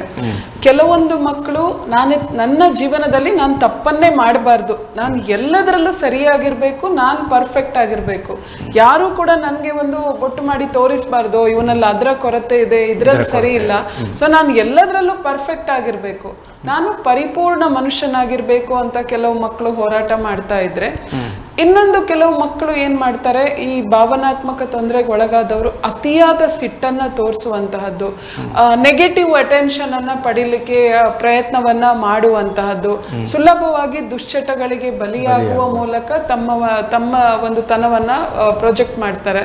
ಸೊ ಇನ್ನೂ ಕೆಲವು ಮಕ್ಕಳನ್ನ ನಾವು ನೋಡ್ತೇವೆ, ಏನು ಹೊಂದಾಣಿಕೆಯ ಮಗು ಅಂತ ಕರಿತೇವೆ. ಇಲ್ಲಿ ನಾವು ನೋಡ್ತೇವೆ, ಯಾವುದೇ ಪರಿಸ್ಥಿತಿ ಇದ್ರೂ, ಏನೇ ಸಮಸ್ಯೆ ಬಂದ್ರು ಅದಕ್ಕೆ ನಾನು ಹೊಣೆಗಾರ, ನಾನೇ ಸರಿ ಇಲ್ಲ ಅಂತ ಹೇಳಿ ಎಲ್ಲದಕ್ಕೂ ತನ್ನನ್ನೇ ತಪ್ಪಿತಸ್ಥ ಅಂತ ಎಣಿಸ್ಕೊಳ್ಳುವಂತಹದ್ದು, ಅತಿಯಾದ ಕೀಳರಿಮೆಯಿಂದ ಬಳಲುವಂತಹದ್ದು. ಇನ್ನು ಕೆಲವೊಂದು ಮಕ್ಕಳು ನಾವು ನೋಡ್ತೇವೆ, ಜೀವನದಲ್ಲಿ ಯಾವುದ್ರ ಬಗ್ಗೆಯೂ ಗಂಭೀರತೆನೇ ಇಲ್ಲ, ಎಲ್ಲವನ್ನ ಒಂದು ತಮಾಷೆಯಾಗಿ ಲಘುವಾಗಿ ತಗೊಂಡು ಜೀವನವನ್ನು ಮುಂದುವರಿಸ್ಕೊಂಡು ಹೋಗೋದು. ಹೀಗೆ ಮದ್ಯವ್ಯಸನಿ ಮನೆಯಲ್ಲಿ ಬೆಳೆಯುವಂತಹ ಮಕ್ಕಳು ಇದರಲ್ಲಿ ಬೇರೆ ಬೇರೆ ರೀತಿಯಲ್ಲಿ ರೂಪುಗೊಳ್ಳೋದನ್ನ ನಾವು ಕಾಣ್ತೇವೆ. ಒಂದು ಈ ದಂಗೆಕೋರ ಮಗು ಅಥವಾ ಈ ದುಶ್ಚಟಗಳಿಗೆ ಸುಲಭವಾಗಿ ಬಲಿಯಾಗುವಂತಹ ಮಕ್ಕಳು, ಈಗ ಮೇಡಮ್ ಮಾತಾಡ್ತಾ ಹೇಳಿದ ಹಾಗೆ 4 ಪಟ್ಟು ಜಾಸ್ತಿ ಈ ಮದ್ಯವ್ಯಸನಿಯ ಮಕ್ಕಳು ದುಶ್ಚಟಗಳಿಗೆ ಬಲಿಯಾಗುವಂತಹ ಸಾಧ್ಯತೆ ಇರುತ್ತೆ ಅಂತ ಹೇಳಿ. ಒಂದು ಅಡಾಪ್ಟೆಡ್ ಬಿಹೇವಿಯರ್, ತಂದೆ ತಾಯಿಯನ್ನ ನೋಡಿ ಆ ಮಗು ಕಲಿಯುವಂತಹದ್ದು. ಸೊ ತಂದೆಯದ್ದು ಯಾವಾಗ್ಲೂ ವ್ಯಸನ ಇರುವಂತಹದ್ದನ್ನ ನೋಡಿ ನೋಡಿ ಮಗು ಕೂಡ ಅತಿಯಾದ ಕುತೂಹಲವನ್ನ ಬೆಳೆಸ್ಕೊಂಡು ವ್ಯಸನಕ್ಕೆ ಸುಲಭವಾಗಿ ಬಲಿಯಾಗುವಂತದ್ದು. ಇನ್ನೊಂದು ಅವರು ಹೇಳಿದ ಹಾಗೆ ಅನುವಂಶೀಯತೆಯನ್ನ ನಾವು ನೋಡ್ತೇವೆ. ಸೊ ಹೆಚ್ಚಿನ ಅಧ್ಯಯನಗಳು ಇತ್ತೀಚೆಗೆ ಹೇಳ್ತಾ ಇವೆ, ಯಾವ ರೀತಿ BP, ಶುಗರ್, ಬೇರೆ ಬೇರೆ ಕಾಯಿಲೆಗಳ ಬಗ್ಗೆ ನಾವು ಮಾತಾಡ್ತೇವೆ, ಹಾಗೆ ವ್ಯಸನ ಕೂಡ ಅನುವಂಶೀಯವಾಗಿ ಬರುವಂತಹ ಸಾಧ್ಯತೆ ಇದೆ. ಹೌದು. ಸೊ ಈಗ ನಮ್ಮ ಆಸ್ಪತ್ರೆಯಲ್ಲಿ ಒಂದು ಮದ್ಯವ್ಯಸನ ಚಿಕಿತ್ಸಾ ಕೇಂದ್ರ ಅಂತ ಇದೆ.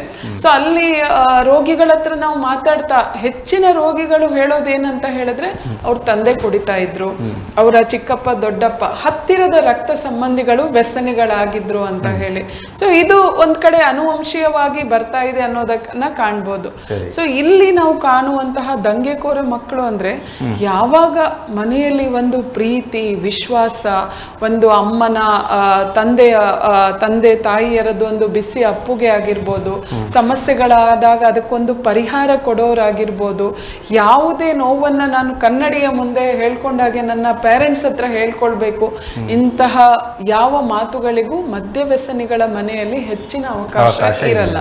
ಸೊ ಈ ಮಕ್ಕಳು ಈ ಅಟೆನ್ಷನ್ ಅನ್ನ ಮನೆಯಲ್ಲಿ ಆ ಗಮನ ಸಿಗ್ತಾ ಇಲ್ಲ. ಒಂದ್ ಮಗು, ನೀನ್ ಎಷ್ಟು ಚಂದ ಕಾಣ್ತಾ ಇದೀಯಾ, ನೀನ್ ಎಷ್ಟು ಚೆನ್ನಾಗಿ ಸ್ಕೋರ್ ಮಾಡಿದೀಯಾ, ನನ್ ಮಗ ತುಂಬಾ ಜಾಣ, ನನ್ ಮಗಳು ತುಂಬಾ ಒಳ್ಳೆ ಹುಡುಗಿ.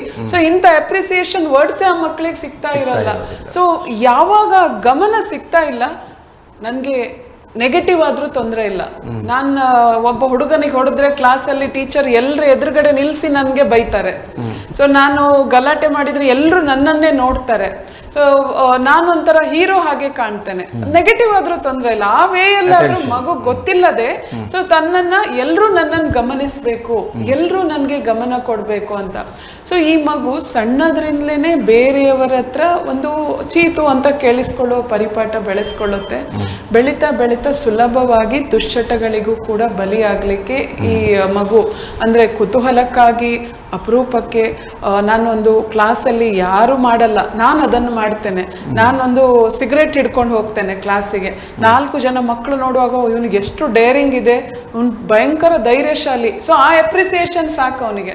ಸೊ ಹೀಗೆ ಶುರುವಾಗುವಂತಹ ಇಂತಹ ನಡವಳಿಕೆ ಮುಂದುವರೆದು ಅವನು ಬೇರೆ ಬೇರೆ ಅಮಲು ಪದಾರ್ಥಗಳ ವ್ಯಸನಕ್ಕೆ ಸುಲಭವಾಗಿ ಬಲಿಯಾಗ್ತಾನೆ. ಇಲ್ಲಿಗೆ ನಿಲ್ಲದೆ ಯಾವುದಾದ್ರೂ ಸಮಾಜಘಾತಕ ಚಟುವಟಿಕೆಗಳಲ್ಲಿ ತನ್ನನ್ನು ತೊಡಗಿಸಿಕೊಳ್ಳುವಂಥದ್ದು, ಗಲಾಟೆಗಳಲ್ಲಿ ಇನ್ವಾಲ್ವ್ ಆಗುವಂಥದ್ದು, ಆಂಟಿ ಸೋಷಿಯಲ್ ಎಲಿಮೆಂಟ್ ಆಗಿ ನಾಳೆ ಪರಿವರ್ತನೆ ಆಗ್ಬೋದು. ಇದನ್ನು ನಾವು ದಂಗೆಕೋರ ಮಗು ಅಂತ ಕರೆದ್ರೆ. ಸೊ ಇನ್ನೊಂದು ರೀತಿಯ ಮಗು ನಾನು ಈಗಾಗಲೇ ಹೇಳಿದಾಗೆ ಹೊಂದಾಣಿಕೆ, ಸಬ್ಮಿಸಿವ್ ಬಿಹೇವಿಯರ್ಸ್. ಸೊ ಇಲ್ಲಿ ನಾವು ಕಾಣೋದಂತ ಹೇಳಿದ್ರೆ, ಈ ಮಕ್ಕಳು ತಮ್ಮಲ್ಲೇ ಒಂಥರ ಕೀಳರಿಮೆ, ಒಂದು ರೀತಿಯ ಆತಂಕ, ಸುಲಭವಾಗಿ ಖಿನ್ನತೆಗೆ ಒಳಗಾಗೋದನ್ನ ಕೂಡ ನಾವಿಲ್ಲಿ ಕಾಣ್ತೇವೆ. ಸೊ ಏನು ಈಗ ಹೇಳಿದ್ರು ಅವರು, ತಂದೆ ಒಂದು ಫಿಲ್ಮಿಗೆ ಕರ್ಕೊಂಡು ಹೋಗ್ತೇನೆ ಅಂತ ಹೇಳಿರ್ತಾರೆ, ಅಥವಾ ಪಿಕ್ನಿಕ್ಕಿಗೆ ಕರ್ಕೊಂಡು ಹೋಗ್ತೇನೆ ಅಂತ. ಸೊ ಬ್ರೋಕನ್ ಪ್ರಾಮಿಸಸ್ ಅಂತ. ಸೊ ಇಲ್ಲಿ ಬ್ರೋಕನ್ ಪ್ರಾಮಿಸಸ್ ಆದಾಗ ಒಂದು ನಾರ್ಮಲ್ ಮಗು ಏನ್ ಮಾಡುತ್ತೆ, ಜೋರಾಗಿ ಗಲಾಟೆ ಮಾಡಿ ಬಿಡುತ್ತೆ. ನನ್ಗೆ ಹೋಗ್ಲೇಬೇಕಿತ್ತು, ನಂಗೆ ಇವತ್ತು ಊಟ ಬೇಡ, ನಾನ್ ಶಾಲೆಗೆ ಹೋಗುದಿಲ್ಲ. ಇದು ಮಕ್ಕಳು ಮಾಡುವ ಸಹಜ ನಡವಳಿಕೆ. ಬಟ್ ಈ ಮಗು ಏನ್ ಮಾಡುತ್ತೆ, ಇರ್ಲಿ ತೊಂದರೆ ಇಲ್ಲ, ಇನ್ನೊಮ್ಮೆ ನಾನು ಹೋಗ್ತೇನೆ, ಅಡ್ಜಸ್ಟ್ಮೆಂಟ್ ಹೊಂದಾಣಿಕೆ ಮಾಡಿಕೊಂಡು ಹೋಗುವಂಥದ್ದನ್ನು ನಾವಿಲ್ಲಿ ಕಾಣ್ತೇವೆ. ಈ ಮಕ್ಕಳು ಯಾರಿಂದಾದ್ರೂ ಲೈಂಗಿಕ ಶೋಷಣೆಗೆ ಒಳಗಾಗ್ಬೋದು. ಶೋಷಣೆಗೆ ಒಳಗಾದ್ರೂ ನಂದೇ ತಪ್ಪು, ಬೇರೆಯವ್ರ ಮೇಲೆ ಇದಾಗ್ತಾ ಇಲ್ಲ, ನನ್ನ ಮೇಲೆ ಆಗ್ತಾ ಇದ್ರೆ ನನ್ನ ನಡವಳಿಕೆ ಸರಿ ಇಲ್ಲ, ಆ ವ್ಯಕ್ತಿಯದ್ದು ತಪ್ಪಲ್ಲ, ನಾನ್ ನೋಡಕ್ ಸರಿ ಇಲ್ಲ, ಅಥವಾ ನನಗ್ ಸಮಸ್ಯೆ ಇದೆ, ಅದಕ್ಕೆ ಅವ್ರು ಬಂದು ನನ್ಗೆ ಹೀಗೆ ಮಾಡಿದ್ದಾರೆ, ಇದು ನಾನು ಯಾರ ಹತ್ರನೂ ಹೇಳ್ಬಾರ್ದು, ಇದ್ರಲ್ಲಿ ನಂದೇ ತಪ್ಪು ಅಂತ ಹೇಳಿ ಶೋಷಣೆ ಆದಾಗ್ಲೂ ಅದನ್ನ ಇದ್ ಮಾಡುತ್ತೆ. ಯಾರೋ ಬಂದು ಜೋರಾಗಿ ಬೈತಾರೆ, ನೀನ್ ಮಾಡಿದ ತಪ್ಪು ಅಂತ ಹೇಳಿ. ಈ ಮಗು ತಪ್ಪು ಮಾಡದೇ ಇದ್ರು ಅವ್ರು ಹೇಳ್ತಾ ಇದ್ದಾರಾದ್ರೆ ಸರಿ, ಅವ್ರು ತಿಳಿದವ್ರು ನಾನೇ ತಪ್ಪು, ನಾನ್ ಸರಿ ಇಲ್ಲ. ಸೊ ಎಲ್ಲಾ ವಿಷಯಗಳಲ್ಲೂ ಕೂಡ ನಾನ್ ಸರಿ ಇಲ್ಲ, ನನ್ಗೆ ಸಮಸ್ಯೆ ಇದೆ, ನಾನ್ ಬೇರೆಯವ್ರ ಹತ್ರ ಹೊಂದ್ಕೊಂಡು ಹೋಗ್ಬೇಕು, ನನ್ನ ನೋವನ್ನ ಬೇರೆಯವ್ರ ಹತ್ರ ನಾನು ಹೇಳ್ಕೊಳ್ಬಾರ್ದು ಅಂತ ಅತಿಯಾಗಿ ಹೊಂದಾಣಿಕೆ ಮಾಡಿಕೊಂಡು ತುಂಬಾ ನೋವನ್ನ ಅನುಭವಿಸ್ತಾ ಜೀವನವನ್ನ ಮುಂದುವರಿಸೋದನ್ನ ಕಾಣ್ತೇವೆ. ಇನ್ನೊಂದು ಮಗು ನೋಡುವಂತಹದ್ದು ವಿದೂಷಕ ಮಗು ಅಂತ ಹೇಳ್ತೇವೆ, ಜೋವಿಯಲ್ ಚೈಲ್ಡ್ ಅಂತ ಕರಿತೇವೆ. ಹಾ, ಈ ಮಗುವಿಗೆ ಜೀವನದಲ್ಲಿ ಯಾವುದ್ರ ಬಗ್ಗೆನೂ ಗಂಭೀರತೆ ಅನ್ನುವಂಥದ್ದೇ ಇಲ್ಲ.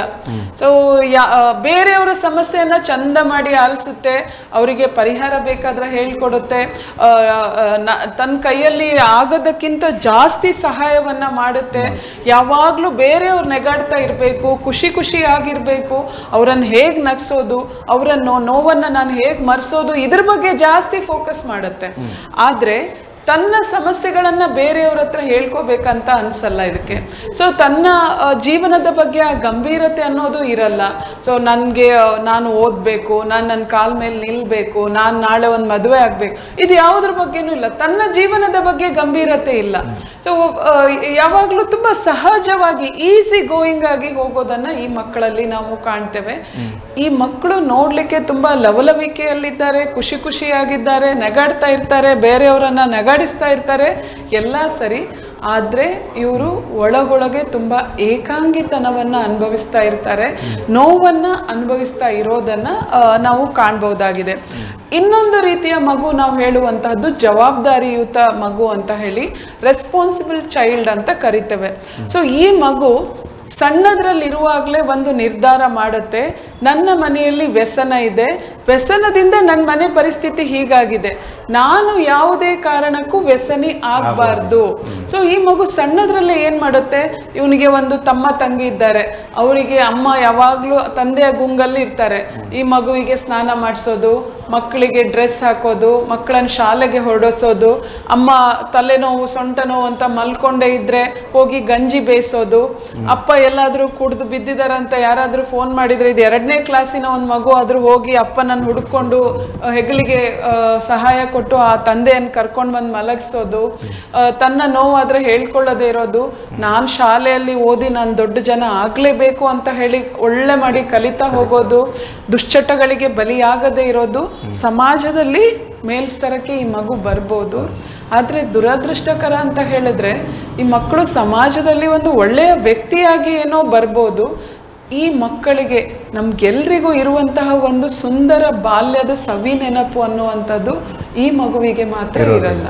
ಯಾಕಂದ್ರೆ ಈ ಮಗು ಸಣ್ಣದ್ರಲ್ಲೇ ದೊಡ್ಡವರ ಜವಾಬ್ದಾರಿಯನ್ನ ಮಾಡ್ತಾ ಇರತ್ತೆ, ಚೈಲ್ಡ್ಹುಡ್ ಮೆಮರೀಸ್ ಇಲ್ಲ, ಖಾಲಿ ಜವಾಬ್ದಾರಿಗಳೇ ಇತ್ತಿದಕ್ಕೆ.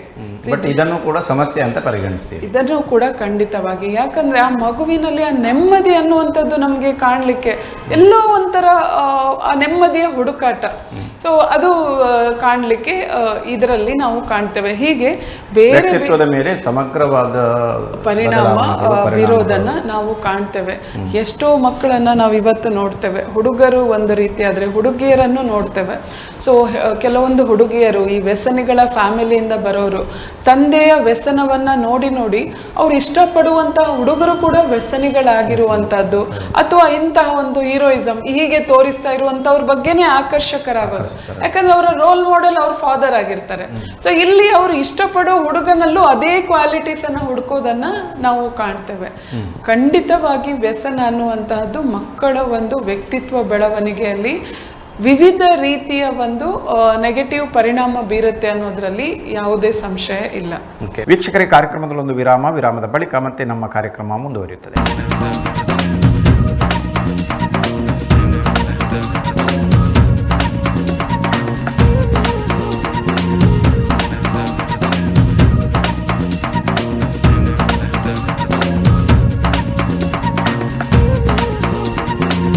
ವಿರಾಮದ ಬಳಿಕ ಮತ್ತೆ ಕಾರ್ಯಕ್ರಮಕ್ಕೆ ಸ್ವಾಗತ. ಸೌಜನ್ಯ ಶೆಟ್ಟಿ ಅವರೇ, ಶಾಲೆಯಲ್ಲಿ ಇಂತಹ ಮಕ್ಕಳಲ್ಲಿ ಏನು ಸಮಸ್ಯೆಗಳು ಕಂಡುಬರ್ತದೆ ಮತ್ತು ಶಿಕ್ಷಕರ ಪಾತ್ರ ಏನು, ಮತ್ತು ಶಾಲೆಗಳಲ್ಲಿ ಮದ್ಯವ್ಯಸನಿ ಮಕ್ಕಳನ್ನು ಯಾವ ರೀತಿಯಲ್ಲಿ ಗುರುತಿಸಬಹುದು? ವಿಶ್ವಾದ್ಯಂತ ಫೆಬ್ರವರಿ 2ನೇ ವಾರವನ್ನು ನಾವು ಮದ್ಯವ್ಯಸನ ಮಕ್ಕಳ ಸಪ್ತಾಹ ಅಂತ ಆಚರಣೆ ಮಾಡ್ತಾ ಇದ್ದೇವೆ. ಸೊ ಈಗಾಗಲೇ ಹೇಳಿದ ಹಾಗೆ ಇಲ್ಲಿ ಡಾಕ್ಟರ್ ಎ.ವಿ. ಬಾಳಿಗ ಸ್ಮಾರಕ ಆಸ್ಪತ್ರೆ, Kamal A. Baliga charitable trust ಮತ್ತು ಹಲವು ಸಮಾಜಪರ ಕೆಲಸ ಮಾಡ್ತಾ ಇರುವಂತಹ ಸಂಘಟನೆಗಳು ಜೊತೆಗೂಡಿ ನಾವು ಶಿಕ್ಷಕರಿಗೂ ಕೂಡ ಈ ವಿಷಯದಲ್ಲಿ ಕಾರ್ಯಾಗಾರವನ್ನು ನಡೆಸ್ತಾ ಬಂದಿದ್ದೇವೆ. ವಿವಿಧ ಶಾಲೆಗಳಿಗೆ, ಶಾಲಾ ಕಾಲೇಜುಗಳಿಗೆ ಹೋಗಿ ಮದ್ಯವ್ಯಸನಿ ಮಕ್ಕಳು ಈ ಬಗ್ಗೆ ಕೂಡ ನಾವು ಒಂದು ಮಾಹಿತಿ ಕಾರ್ಯಾಗಾರವನ್ನು ನಡೆಸಿಕೊಡ್ತಾ ಬರ್ತಾ ಇದ್ದೇವೆ. ಶಿಕ್ಷಕರ ಪಾತ್ರ ಅನ್ನುವಂತಹದ್ದು ತುಂಬಾ ಒಂದು ಪ್ರಮುಖ ಪಾತ್ರ ಅಂತ ಹೇಳಿದ್ರೆ ತಪ್ಪಾಗ್ಲಿಕ್ಕಿಲ್ಲ. ನಾವು ಯಾರೇ ಒಬ್ಬ ಸೆಲೆಬ್ರಿಟಿಯ ಜೀವನ ಚರಿತ್ರೆಯನ್ನ ಓದುವಾಗ ಆ ವ್ಯಕ್ತಿ ಹೇಳ್ತಾನೆ, ಯಾರ ವ್ಯಕ್ತಿಯದ್ದು ನಾವು ನೋಡಿದ್ರು, ಗಾಂಧೀಜಿ ಆಗಿರ್ಬೋದು, ಅಂಬೇಡ್ಕರ್ ಆಗಿರ್ಬೋದು, ವಿವೇಕಾನಂದ್ರ ಆಗಿರ್ಬೋದು, ಯಾರೇ ಒಬ್ಬ ಮಹಾನ್ ವ್ಯಕ್ತಿಯ ಜೀವನ ಚರಿತ್ರೆಯನ್ನ ನೋಡಿದಾಗ ಅವರು ಹೇಳ್ತಾರೆ, ನನ್ನ ಜೀವನ ಬದಲಾದದ್ದು ನನ್ನ ಶಿಕ್ಷಕರ ಒಂದು ಕೊಡುಗೆಯಿಂದ ಅಂತ ಹೇಳಿ. ಸೊ ಇಲ್ಲಿ ಶಿಕ್ಷಕರು, ಒಬ್ಬ ಶಿಕ್ಷಕ ಸಾವಿರಾರು ಜನರನ್ನ ಒಗ್ಗೂಡಿಸಿ ಒಂದು ಕೆಲಸವನ್ನ ಮಾಡಿಸುವಂತಹ ಒಂದು ಬಲವನ್ನ ಒಬ್ಬ ಶಿಕ್ಷಕ ಮಾತ್ರ ಹೊಂದಿರ್ತಾರೆ ಅಂತ ಹೇಳಿ. ಸೊ ಹಾಗಾಗಿ ಮದ್ಯವ್ಯಸನಿ ಪೋಷಕರಿಂದ ಸಮಸ್ಯೆಗಳಾದಾಗ ಅಲ್ಲಿ ಒಬ್ಬ ಒಳ್ಳೆಯ ಶಿಕ್ಷಕ ಒಂದು ಮಗುವಿಗೆ ಸಿಕ್ಕಿದ್ರೆ ಆ ಮಗುವಿನ ವ್ಯಕ್ತಿತ್ವವನ್ನ ಬದಲಾವಣೆ ಮಾಡಲಿಕ್ಕೆ ಹಾಗೂ ಆ ಮಗುವನ್ನ ಆ ಸಮಸ್ಯೆಯಿಂದ ಹೊರಗೆ ತರಲಿಕ್ಕೆ ಖಂಡಿತ ಸಾಧ್ಯ ಆಗ್ಬಹುದು ಅಂತ ಹೇಳಿ. ಸೊ ಈಗ ಮದ್ಯವ್ಯಸನಿ ಮಕ್ಕಳ ಮನೆಯ ಬಗ್ಗೆ ನಾವು ಈಗಾಗಲೇ ನೋಡಿದ್ದೇವೆ, ತಿಳ್ಕೊಂಡಿದ್ದೇವೆ. ಶಿಕ್ಷಕರು ಮೊದಲನೆಯದಾಗಿ ತಮ್ಮ ತರಗತಿಯಲ್ಲಿ ಇರುವಂತಹ ಮಕ್ಕಳ ಒಂದು ಬ್ಯಾಕ್ಗ್ರೌಂಡ್ ಸ್ವಲ್ಪ ಅವ್ರು ತಿಳ್ಕೊಂಡಿರುವಂತಹದ್ದು ತುಂಬಾ ಅವಶ್ಯಕ. ಈಗ ಒಂದು 30 ಮಕ್ಕಳಿದ್ರೆ ಯಾವ ರೀತಿಯ ಬ್ಯಾಕ್ಗ್ರೌಂಡ್ ಮಕ್ಕಳು ನನ್ನ ತರಗತಿಯಲ್ಲಿ ಇದ್ದಾರೆ ಅಂತ ಹೇಳಿ ಒಬ್ಬ ಶಿಕ್ಷಕರಿಗೆ ಗೊತ್ತಿದ್ರೆ ಆ ಮಕ್ಕಳನ್ನ ಅವ್ರು ಹ್ಯಾಂಡಲ್ ಮಾಡ್ಲಿಕ್ಕೆ ಅವರಿಂದ ಸ್ವಲ್ಪ ಸುಲಭ ಸಾಧ್ಯ ಆಗುತ್ತೆ ಸರ್. ಸೊ ಇಲ್ಲಿ ನೋಡುವಂಥದ್ದು ಕೆಲವೊಂದು ಉದಾಹರಣೆಗಳ ಮೂಲಕ ಹೇಳೋದಾದ್ರೆ, ಈ ಶಾಲಾ ಕಾಲೇಜುಗಳಿಂದ ಪಿಕ್ನಿಕ್ ಅನ್ನ ಅರೇಂಜ್ ಮಾಡಿರ್ತಾರೆ ಅಥವಾ ಮನರಂಜನಾ ಆಕ್ಟಿವಿಟೀಸ್ ಅನ್ನ ಆರ್ಗನೈಸ್ ಮಾಡ್ತಾರೆ. ಈ ಮಕ್ಕಳಲ್ಲಿ ಆಸಕ್ತಿಯಿಂದ ಭಾಗವಹಿಸಲ್ಲ, ಅಥವಾ ಇವರು ಅದಕ್ಕೆ ಹೆಸರು ಕೊಡ್ಲಿಕ್ಕೆ ಅಥವಾ ಅದರಲ್ಲಿ ಭಾಗವಹಿಸ್ಲಿಕ್ಕೆ ಹಿಂಜರಿಕೆಯನ್ನ ತೋರಿಸ್ತಾರೆ. ಅದೇ ರೀತಿ ಈಗ ಶಾಲಾ ಕಾಲೇಜುಗಳಲ್ಲಿ ದುಶ್ಚಟಗಳ ಕುರಿತಾಗಿ ಮಾಹಿತಿ ಕಾರ್ಯಾಗಾರವನ್ನ ಏರ್ಪಡಿಸಿದಾಗ ಈ ಮಕ್ಕಳು ಸ್ವಲ್ಪ ಕಸಿವಿಸಿಕೊಂಡ ಹಾಗೆ, ಸಂಪನ್ಮೂಲ ವ್ಯಕ್ತಿ ಮಾತಾಡ್ತಾ ಇದ್ರೆ ಮಕ್ಕಳು ಆ ಕಡೆ ನೋಡೋದು, ಈ ಕಡೆ ನೋಡೋದು, ಅಂದ್ರೆ ಸೊ ಅದನ್ನ ಗಮನ ಕೊಡದ ಹಾಗೆ ಕೆಲವೊಮ್ಮೆ ಎಕ್ಸ್ಪ್ರೆಷನ್ಸ್ ಅನ್ನ ಕೊಡೋದನ್ನ ನಾವು ಕಾಣ್ಬಹುದು. ಕೆಲವೊಂದು ಸರ್ತಿ ಮಕ್ಕಳು ತರಗತಿಯಲ್ಲಿ ತುಂಬ ಡಲ್ ಆಗಿ ಇರ್ತಾರೆ, ತುಂಬ ನಿದ್ದೆಯ ಮಂಪರಲ್ಲಿರುವಂತಹದ್ದು, ತೂಕಡಿಸ್ತಾ ಇರುವಂತಹದ್ದು, ಡಲ್ ಆಗಿ ಕಾಣುವಂತಹದ್ದು, ಅಥವಾ ಅಳ್ತಾ ಇರುವಂತಹದ್ದು, ಬೇಸರದಲ್ಲಿರುವಂತಹದ್ದು, ಬೇರೆ ಮಕ್ಕಳೊಟ್ಟಿಗೆ ಬೆರೆಯದೆ ಏಕಾಂಗಿಯಾಗಿರುವಂತಹ ಲಕ್ಷಣಗಳನ್ನ ಈ ಮಕ್ಕಳು ತೋರಿಸ್ತಾ ಇರ್ಬೋದು. ಇನ್ನೂ ಕೆಲವೊಂದು ಮಕ್ಕಳು ಶಿಕ್ಷಕರು, ಒಂದು ಪರ್ಟಿಕ್ಯುಲರ್ ಒಬ್ಬ ಟೀಚರ್ ಅಥವಾ ಶಿಕ್ಷಕೇತರ ಒಬ್ರು ಸಿಬ್ಬಂದಿಯವರಿಗೆ ತುಂಬಾ ಅಟ್ಯಾಚ್ಡ್ ಆಗಿರ್ತಾರೆ. ಅವ್ರು ಬರ್ದೇ ಇದ್ರೆ ಇವ್ರು ಅವ್ರನ್ನ ಮಿಸ್ ಮಾಡ್ಕೊಳ್ಳೋದು, ಇಡೀ ದಿನ ಅವ್ರ ಹತ್ರ ಹೋಗಿ ಮಾತಾಡ್ಲಿಕ್ಕೆ ಟೈಮ್ ಅನ್ನ ಕಾಯ್ತಾ ಇರುವಂತಹದ್ದು, ಆ ವ್ಯಕ್ತಿಯ ಬಗ್ಗೆ ಅತಿಯಾದ ಅಟ್ಯಾಚ್ಮೆಂಟ್ ಅನ್ನ ತೋರಿಸೋದನ್ನ ಕಾಣ್ತೇವೆ. ಸೊ ಅದೇ ರೀತಿ ಬೇರೆಯವ್ರ ಮೇಲೆ ಅತಿಯಾದ ಎಕ್ಸ್ಪೆಕ್ಟೇಷನ್ಸ್ ಅನ್ನ, ನಿರೀಕ್ಷೆಗಳನ್ನ ಇಟ್ಕೊಳ್ಳುವಂತಹದ್ದು, ಅದು ಸ್ವಲ್ಪ ಆ ಕಡೆ ಈ ಕಡೆ ಆದ್ರೂ ತುಂಬಾ ಅಪ್ಸೆಟ್ ಆಗುವಂತಹದ್ದು, ತುಂಬಾ ಕಿರಿಕಿರಿಯನ್ನ ಅನುಭವಿಸುವಂತಹದ್ದು, ಸರಿಯಾಗಿ ಶಾಲೆಗೆ ಹೋಗದೇ ಇರುವಂತಹದ್ದು, ಗೈರು ಹಾಜರಿ ಆಗುವಂತಹದ್ದು, ಕೆಲವೊಮ್ಮೆ ನಾನು ಈಗಾಗಲೇ ಹೇಳಿದ ಹಾಗೆ ಸಿಗರೇಟ್ ತರುವಂತಹದ್ದು ಅಥವಾ ಸರಾಯಿ ಬಾಟಲ್ಗಳನ್ನ ಶಾಲೆಗೆ ತರುವಂತಹದ್ದು, ಹೀಗೆ ಇಂತಹ ವಿಚಿತ್ರ ನಡವಳಿಕೆಗಳು ಅಥವಾ ತಪ್ಪಾದ ನಡವಳಿಕೆಗಳನ್ನ ಕೂಡ ಮಕ್ಕಳು ತೋರಿಸ್ತಾ ಇರ್ಬೋದು.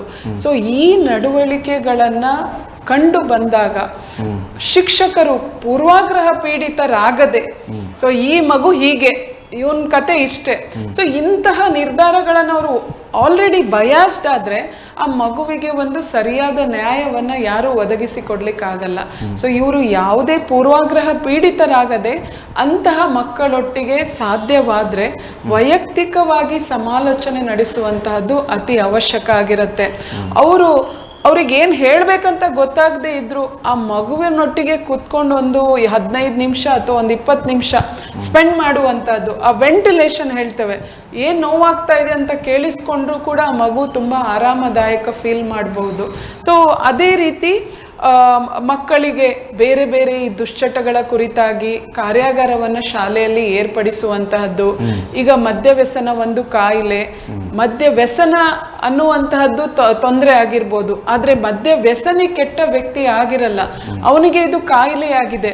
ಇದಕ್ಕೆ ಸೂಕ್ತವಾಗಿ ವೈಜ್ಞಾನಿಕ ಚಿಕಿತ್ಸೆ ಇದೆ. ಆ ಚಿಕಿತ್ಸೆಯನ್ನ ಅಗತ್ಯ ಬಿದ್ದರೆ ನಿನ್ನ ಪೋಷಕರಿಗೆ ಕೊಡಿಸ್ಲಿಕ್ಕೆ ನೀನು ನಮ್ಮ ಸಹಾಯ ಪಡಿಬಹುದು ಅನ್ನುವಂತಹ ಮಾಹಿತಿಯನ್ನ ಮಗುವಿಗೆ ಕೊಡುವಂತಹದ್ದು. ಮಗು ಯಾವುದೇ ಕಾರಣಕ್ಕೂ ತಪ್ಪಿತಸ್ಥ ಭಾವನೆಯನ್ನ ಬೆಳೆಸಿಕೊಳ್ಳದ ಹಾಗೆ ಶಿಕ್ಷಕರು ಪ್ರೋತ್ಸಾಹಿಸುವಂತಹದ್ದು. ನಿನ್ನ ತಂದೆ ಕುಡಿತಾನಾದ್ರೆ ಅದರಲ್ಲಿ ನಿನ್ನ ತಪ್ಪಿಲ್ಲ, ನಿನ್ನಿಂದ ನಿನ್ನ ತಂದೆ ಕುಡಿತಾ ಇಲ್ಲ, ಸೊ ನೀನೊಬ್ಬ ವ್ಯಕ್ತಿ, ಸೊ ನಿನ್ಗೂ ಆ ಕುಡಿತಕ್ಕೂ ಯಾವುದೇ ಸಂಬಂಧ ಇಲ್ಲ, ನೀನು ಅದ್ರ ಬಗ್ಗೆ ಕೆಟ್ಟ ತಪ್ಪಿತಸ್ಥ ಭಾವನೆಯನ್ನ ಬೆಳೆಸ್ಕೊಳ್ಳೋದು ಬೇಡ ಅಂತ ಮಕ್ಕಳಿಗೆ ಒಂದು ಯಾವಾಗ್ಲೂ ಪ್ರೋತ್ಸಾಹವನ್ನ ನೀಡುವ ಮೂಲಕ ಮಕ್ಕಳು ಈ ವ್ಯಸನ ಪೋಷಕರಿಂದ ಆಗ್ತಾ ಇರುವ ತೊಂದರೆಯಿಂದ ಹೊರಗೆ ಬರಲಿಕ್ಕೆ ಅಥವಾ ಸಮಸ್ಯೆಗಳನ್ನ ನಿಭಾಯಿಸ್ತಾ ಇರುವಾಗ ಅದಕ್ಕೆ ಒಂದು ಸರಿಯಾದ ಮಾರ್ಗದರ್ಶಕರಾಗಿ ಖಂಡಿತವಾಗಿ ಜವಾಬ್ದಾರಿತ ಕೆಲಸವನ್ನು ಶಿಕ್ಷಕರು ಮಾಡಬಹುದಾಗಿದೆ. ಓಕೆ, ಪದ್ಮಾ ರಾಘವೇಂದ್ರ ಅವರೇ, ಸ್ನೇಹಿತರ ಪಾತ್ರ ಮತ್ತು ನಾಗರಿಕರ ಪಾತ್ರ ಏನಿದೆ? ಈಗ ಮಗು ಒಂದು ಶಾಲೆಗೆ ಹೋಗ್ತದೆ ಅಂದ್ರೆ ಅದು ಹೆಚ್ಚಿನ ಟೈಮನ್ನ ತನ್ನ ಸ್ನೇಹಿತರೊಂದಿಗೆ ಕಳೀತದೆ. ಈಗ ಪೋಷಕರ ನಂತರ ಬರುವಂತದ್ದು ಸ್ನೇಹಿತರ ಒಂದು ಜೊತೆ ಕಳೆಯುವಂತ ಸಮಯವೇ ಅಂತ ಹೇಳ್ಬೋದು.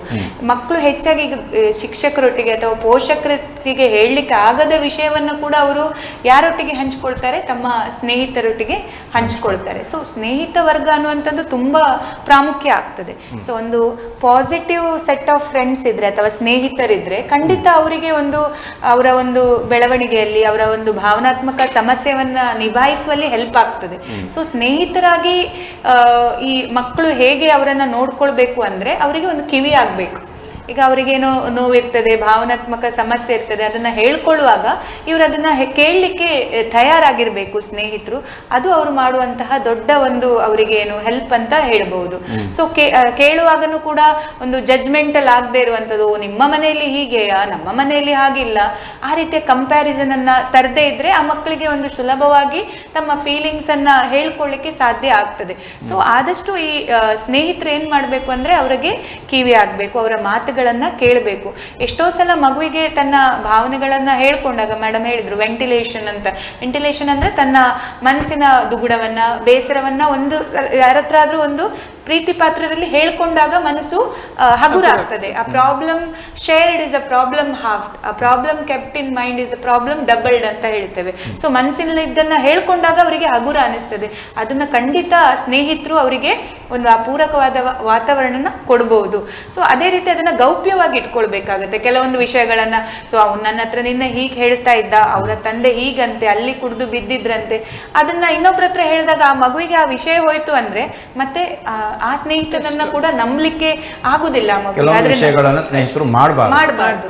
ಟೀಸ್ ಮಾಡಬಾರ್ದು ಅಥವಾ ಬೇರೆಯವರಿಗೆ ಅದನ್ನ ಹೇಳುವಂಥದ್ದು, ಜಡ್ಜ್ಮೆಂಟಲ್ ಆಗುವಂಥದ್ದು, ಅಂಥದ್ದು ಎಲ್ಲ ಮಾಡದೆ ಒಂದು ಕಂಪ್ಲೀಟ್ ಒಂದು ಸಪೋರ್ಟ್ ಅನ್ನ ಅಥವಾ ಒಂದು ಪ್ರಾಮಾಣಿಕ ಒಂದು ಪ್ರಯತ್ನವನ್ನ ಮಾಡಿದ್ರೆ ಒಳ್ಳೇದು.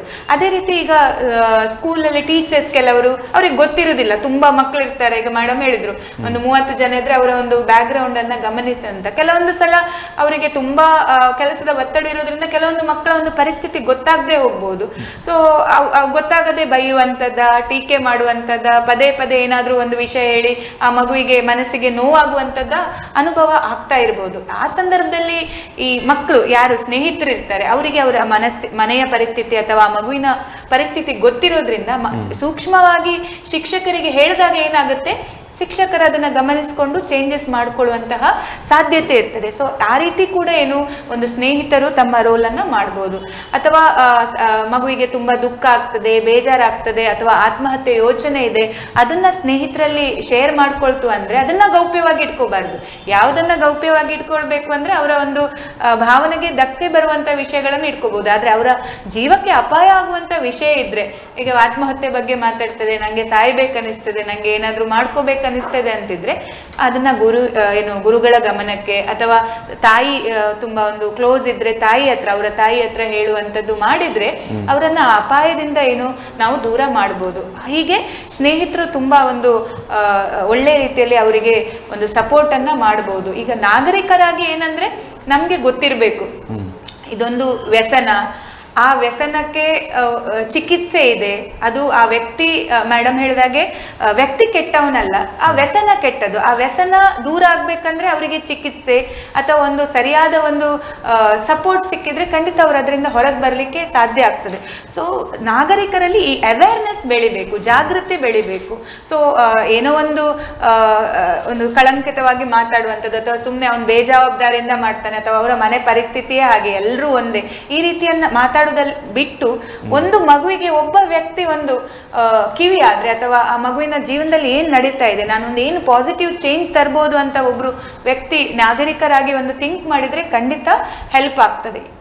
ಯಾವಾಗ್ಲೂ ಆ ಮಗುವಿಗೆ ಯಾವ ರೀತಿ ಭಾವನೆ ಬರಬೇಕು ಅಂದ್ರೆ ನೀನು ಒಂಟಿಯಲ್ಲ, ನಿನ್ನ ತಂದೆ ತಾಯಿಯ ಕುಡಿತಕ್ಕೆ ನೀನು ಕಾರಣರಲ್ಲ, ಸೊ ನಿನ್ನ ಜೊತೆ ನಾವೆಲ್ಲ ಇದ್ದೇವೆ, ಸೊ ನಾವು ಕೂಡ ನಿನ್ನ ಜೊತೆಗೂಡಿ ನಿನ್ನನ್ನ ಒಂದು ಒಳ್ಳೆಯ ಒಂದು ಸ್ಥಿತಿಗತಿಗೆ ತರಲಿಕ್ಕೆ ಪ್ರಯತ್ನವನ್ನ ಮಾಡಬಹುದು ಅನ್ನುವಂತ ಒಂದು ಸಂದೇಶ ಆ ಮಗುವಿಗೆ ಆವಾಗ ಸಿಗ್ಬೇಕು.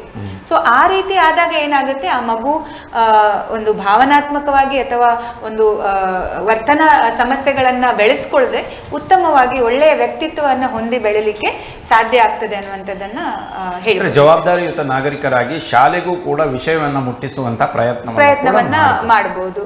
ಇಂಥ ಕಾರ್ಯಕ್ರಮಗಳನ್ನ, ಜಾಗೃತಿ ಸಪ್ತಾಹಗಳನ್ನ ಈಗ ನೋಡ್ತೇವೆ, ಬೇರೆ ಬೇರೆ ಮಾಹಿತಿಯನ್ನ ತುಂಬಾ ಕೊಡ್ತಾರೆ. ಕಣ್ಣಿನ ಸಮಸ್ಯೆ ಬಗ್ಗೆ ಕೊಡ್ತಾರೆ, ಅಥವಾ ಹೃದಯ ರೋಗದ ಬಗ್ಗೆ ಕೊಡ್ತಾರೆ, ಅಥವಾ ಬೇರೆ ದೈಹಿಕ ಕಾಯಿಲೆಗಳ ಬಗ್ಗೆ ಇರುವಂತ ಒಂದು ಕಾಳಜಿ ನಾವು ಈ ಮಾನಸಿಕ ಆರೋಗ್ಯದ ಬಗ್ಗೆ ಅಷ್ಟು ಕೊಡುವುದಿಲ್ಲ. ಅಂದ್ರೆ ವ್ಯಸನದ ದುಷ್ಪರಿಣಾಮ, ಅದರಿಂದ ಒಂದು ಕುಟುಂಬಕ್ಕೆ ಏನು ಸಮಸ್ಯೆ ಆಗ್ಬಹುದು, ಮಕ್ಕಳಿಗೆ ಏನು ಸಮಸ್ಯೆ ಇದು ಎಲ್ಲ ಏನು ಆಲೋಚನೆಯಿಂದ ಒಂದು ದೂರ ಇರುವಂತ ವಿಷಯ. ಸೊ ಈ ವಿಷಯಗಳ ಬಗ್ಗೆ, ಈ ಸೂಕ್ಷ್ಮ ವಿಷಯಗಳ ಬಗ್ಗೆ ಜಾಗೃತಿಯನ್ನ ಮೂಡಿಸಿದ್ರೆ ಖಂಡಿತ ಒಂದು 10 ಮಕ್ಕಳಲ್ಲಿ ಒಂದು 2-3 ಮಕ್ಕಳಿಗೆ ಅದು ಉಪಯೋಗ ಆದ್ರೂ ನಾವು ಎಷ್ಟೋ ಒಂದು ದೊಡ್ಡ ಡಿಫ್ರೆನ್ಸ್ ಮಾಡಿದ ಹಾಗೆ, ಹನಿ ಹನಿ ಕೂಡಿದರೆ ಹಳ್ಳ ಅನ್ನುವ ಹಾಗೆ ಒಂದೊಂದು ಮಗುವಿಗೆ ಹೆಲ್ಪ್ ಆದ್ರೂ ಕೂಡ ಆ ಮಗು ಇನ್ನೊಂದು ಮಗುವಿಗೆ ಹೆಲ್ಪ್ ಮಾಡಬಹುದು. ಸೊ ಪ್ರತಿಯೊಬ್ರು ಕೂಡ ಒಂದು ಮಗುವಿನ ಮೇಲೆ ಒಂದು ಫೋಕಸ್ ಮಾಡುವಂಥದ್ದು, ನೀನು ಒಂಟಿಯಲ್ಲ, ನಿನ್ನ ಜೊತೆ ನಾನಿದ್ದೇವೆ, ನಿನ್ನ ತಂದೆಯ ತಾಯಿಯ ವ್ಯಸನಕ್ಕೆ ನೀನ್ ಕಾರಣನಲ್ಲ, ನೀನು ಇದರಲ್ಲಿ ಏನೂ ತಪ್ಪಿತಸ್ಥ ಅಲ್ಲ ಅನ್ನುವಂತಹ ಒಂದು ಸಂದೇಶವನ್ನ ಅವಾಗ ನೀಡ್ತಾ ಇದ್ರೆ ಖಂಡಿತ ಆ ಮಗುವಿಗೆ ಹೆಲ್ಪ್ ಆಗ್ತದೆ. ಸೌಜನ್ಯ ಶೆಟ್ಟಿ ಅವರೇ, ಮನೆಯಲ್ಲಿ ಮದ್ಯವ್ಯಸನ ಇರುವಾಗ ಮತ್ತೊಬ್ಬ ಪೋಷಕರು ಮಕ್ಕಳನ್ನು ಯಾವ ರೀತಿಯಲ್ಲಿ ಪೋಷಿಸಬಹುದು ಮತ್ತು ಮಕ್ಕಳು ತಮಗೆ ತಾವು ಯಾವ ರೀತಿಯಲ್ಲಿ ಸಹಾಯ ಮಾಡಿಕೊಳ್ಳಬಹುದು? ಮದ್ಯ ವ್ಯಸನಿಯ ಮಡದಿ, ಸೊ ಅವರ ಪಾತ್ರ, ಈಗ ತಂದೆ ಕುಡಿತದಲ್ಲಿದ್ರೆ ತಾಯಿಯ ಪಾತ್ರ ಇಲ್ಲಿ ತುಂಬಾ ದೊಡ್ಡದಾಗಿರುತ್ತೆ. ಸೊ ಹೆಚ್ಚಿನ ಸಂದರ್ಭಗಳಲ್ಲಿ ನಾವು ನೋಡೋದಂತ ಹೇಳಿದ್ರೆ ಯಾವಾಗಲೂ ಇದೇ ಗುಂಗಿನಲ್ಲಿ ಇರ್ತಾಳೆ, ಕುಡಿತದಿಂದ ಮನೆಯಲ್ಲೇ ಆಗ್ತಾ ಇರುವ ಸಮಸ್ಯೆಯ ಬಗ್ಗೆ ಸೊ ನನ್ನ ಪರಿಸ್ಥಿತಿ ಹೀಗಾಯಿತು, ನನ್ನ ಗಂಡನ ಕುಡಿತದಿಂದ ನನ್ನ ಜೀವನ ಹಾಳಾಯಿತು, ನನ್ಗೆ ಯಾರು ಸಹಾಯಕ್ಕೆ ನಿಲ್ಲಿಲ್ಲ ಅಂತ ಹೇಳಿ ಪದೇ ಪದೇ ಇಂತಹ ಮಾತುಗಳನ್ನೇ ಅವಳು ಆಡ್ತಾ ಇರೋದನ್ನು ನಾವಿಲ್ಲಿ ಕಾಣ್ತೇವೆ. ಸೊ ಮಕ್ಕಳು ಈಗ ಶಾಲೆ ಮುಗಿಸಿ ಮನೆಗೆ ಬರ್ತಾರಾದರೂ ಯಾವಾಗ ನೋಡಿದರೂ ತನ್ನ ಆರೋಗ್ಯದ ಸಮಸ್ಯೆಗಳನ್ನು ಹೇಳ್ಕೊಳ್ತಾ ಮಲಗಿರುವಂತಹದ್ದು ಅಥವಾ ತುಂಬ ಡಲ್ ಆಗಿರುವಂಥದ್ದು. ಆಗ ಮಕ್ಕಳೇ ಹೋಗಿ ಮನೆ ಕೆಲಸವನ್ನು ಮಾಡುವಂಥದ್ದು, ಅಮ್ಮನಿಗೆ ಹುಷಾರಿಲ್ಲ ಅಂತ. ಇದು ಒಂಥರ ಎಲ್ಲೋ ಅವಳಿಗೆ ಸ್ವಲ್ಪ ಮನಸ್ಸಿಗೆ ಖುಷಿಯನ್ನು ಕೊಡ್ತಾ ಇರ್ಬೋದು. ನಾನು ಹುಷಾರಿಲ್ಲ, ನಾನು ಟೆನ್ಷನಲ್ಲಿದೆ ಅಂದರೆ ನನ್ನ ಮಕ್ಕಳು ನನ್ನ ಆರೈಕೆ ಮಾಡ್ತಾರೆ ಅಂತ ಹೇಳಿ. ಅದೇ ರೀತಿ ನಾವು ನೋಡ್ತೇವೆ, ಆ ಮಕ್ಕಳು ಹೊರಗಡೆ ಆಟ ಆಡ್ಲಿಕ್ಕೆ ಹೋಗ್ಲಿಕ್ಕಿದ್ರು ಅಮ್ಮನಿಗೆ ಹುಷಾರಿಲ್ಲ, ಅಮ್ಮ ನೋವಲ್ಲಿದ್ದಾಳಂತ ಆಟ ಆಡ್ಲಿಕ್ಕೆ ಹೋಗದೆ ಅಮ್ಮನ ಹತ್ರ ಕುತ್ಕೊಂಡು ಅಮ್ಮನ ಆರೈಕೆ ಮಾಡುವಂಥದ್ದನ್ನು ಕಾಣ್ತೇವೆ. ಇನ್ನು ಕೆಲವೊಮ್ಮೆ ಅಮ್ಮ ಮಾತಾಡ್ತಾ ಹೇಳೋದನ್ನ ಕೇಳಿಸ್ಕೊಳ್ತೇವೆ, ನಿನ್ನ ಅಪ್ಪ ಮೊದಲು ಕುಡಿತಾ ಇರಲಿಲ್ಲ, ನೀನು ಹುಟ್ಟಿದ ನಂತರ ಅಪ್ಪನ ಕುಡಿತ ಜಾಸ್ತಿ ಆಯಿತು, ನಿನ್ನ ಜಾತಕದಲ್ಲಿ ದೋಷ ಇದೆ, ನೀನು ಹುಟ್ಟಿದ ಮೇಲೆ ತಂದೆಗೆ ತೊಂದರೆ ಆಗುತ್ತೆ ಅಂತ ಹೇಳಿ ಹಾಗೆ ಆಯಿತು, ಅದರಿಂದ ಅವ್ರ ಕುಡಿತ ಜಾಸ್ತಿ ಆಗಿತ್ತು ಅಂತ ಹೇಳಿ ಅವಳಿಗೆ ಗೊತ್ತಿದ್ದೋ ಗೊತ್ತಿಲ್ಲದೆಯೋ ನಿನ್ನ ತಂದೆಯ ಕುಡಿತಕ್ಕೆ ನೀನು ಹೊಣೆಗಾರ ಅನ್ನುವಂತಹ ಒಂದು ಪಟ್ಟಿಯನ್ನ ಮಗುವಿನ ತಲೆಗೆ ಕಟ್ಟಿಬಿಡೋದನ್ನ ಕೂಡ ನಾವು ಕಾಣ್ತೇವೆ. ಸೊ ಇಲ್ಲಿ ಮದ್ಯವ್ಯಸನಿ ತಂದೆ ಇದ್ದಾಗ ತಾಯಿಯ ಪಾತ್ರ ಅಂತ ಹೇಳಿದ್ರೆ, ಗಂಡ ಕುಡಿತ ಬಿಡ್ತಾನೋ ಇಲ್ವೋ ಗೊತ್ತಿಲ್ಲ, ನೀವು ಅದಕ್ಕೆ ಪ್ರಯತ್ನ ಮಾಡ್ತಾ ಇರಬಹುದು, ಅವನನ್ನ ಇದರಿಂದ ಹೊರಗೆ ತರಲಿಕ್ಕೆ ನಿಮ್ಮಿಂದ ಕಷ್ಟ ಆಗ್ತಾ ಇರ್ಬೋದು. ಸೊ ನೀವು ಈಗ ಗಂಡನ ಕುಡಿತವನ್ನ ದ್ವೇಷಿಸ್ಬೇಕೇ ಹೊರತು ಮೊದಲನೆಯದಾಗಿ ಗಂಡನನ್ನು ಅಲ್ಲ. ಸೊ ಇದವನಿಗೊಂದು ಕಾಯಿಲೆ ಆಗಿದೆ, ನಿಮ್ಗೂ ಗೊತ್ತಿರ್ಬೋದು, ಎಷ್ಟೋ ಬಾರಿ ಅವನು ನಿಮ್ಮ ಹತ್ರ ಹೇಳ್ಕೊಂಡು ಹತ್ತಿರ್ಬೋದು, ನನಗೆ ಇದರಿಂದ ಹೊರಗೆ ಬರ್ಬೇಕಂತ ಇದೆ, ಆದ್ರೆ ನನ್ನಿಂದ ಆಗ್ತಾ ಇಲ್ಲ, ಕಷ್ಟ ಆಗ್ತಾ ಇದೆ ಅಂತ ಹೇಳಿ ಪ್ರಯತ್ನವನ್ನ ಕೂಡ ಮಾಡಿರ್ಬೋದು ಅಥವಾ ಮಾಡದೇ ಇರ್ಬೋದು. ಇದು ಒಂದು ಕಾಯಿಲೆ ಅವನಿಗೆ ಅಂಟಿಕೊಂಡಿದೆ.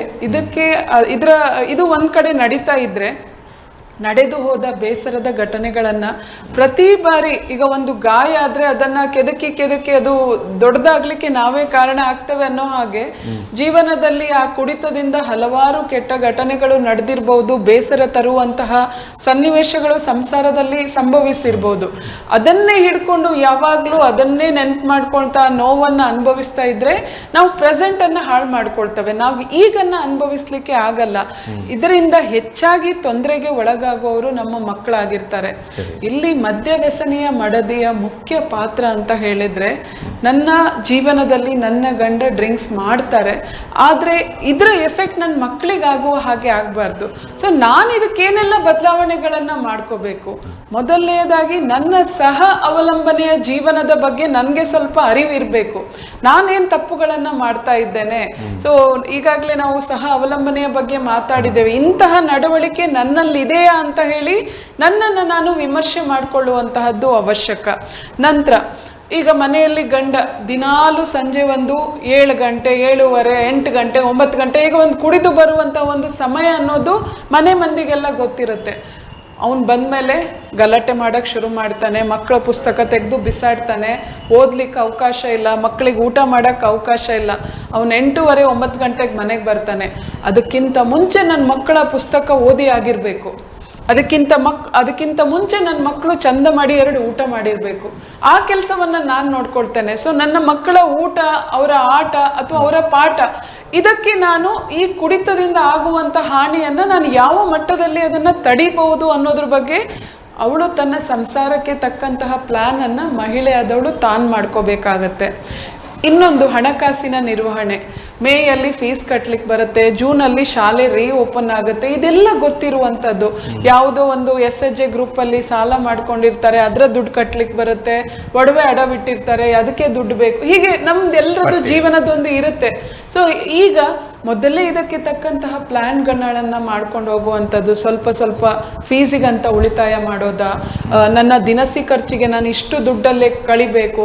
ಸೊ ಹೀಗೆ ತಾನು ಪ್ಲ್ಯಾನ್ ಮಾಡಿಕೊಂಡು ಯೋಜನೆಗಳನ್ನು ಮಾಡಿಕೊಂಡು ಅದರಲ್ಲೇ ಶಿಸ್ತುಬದ್ಧವಾಗಿ ನನ್ನ ಜೀವನವನ್ನು ಕಳೆಯುವಂತಹ ಪ್ರಯತ್ನ ಮಾಡೋದನ್ನು ನಾವು ಕಾಣಬೇಕು.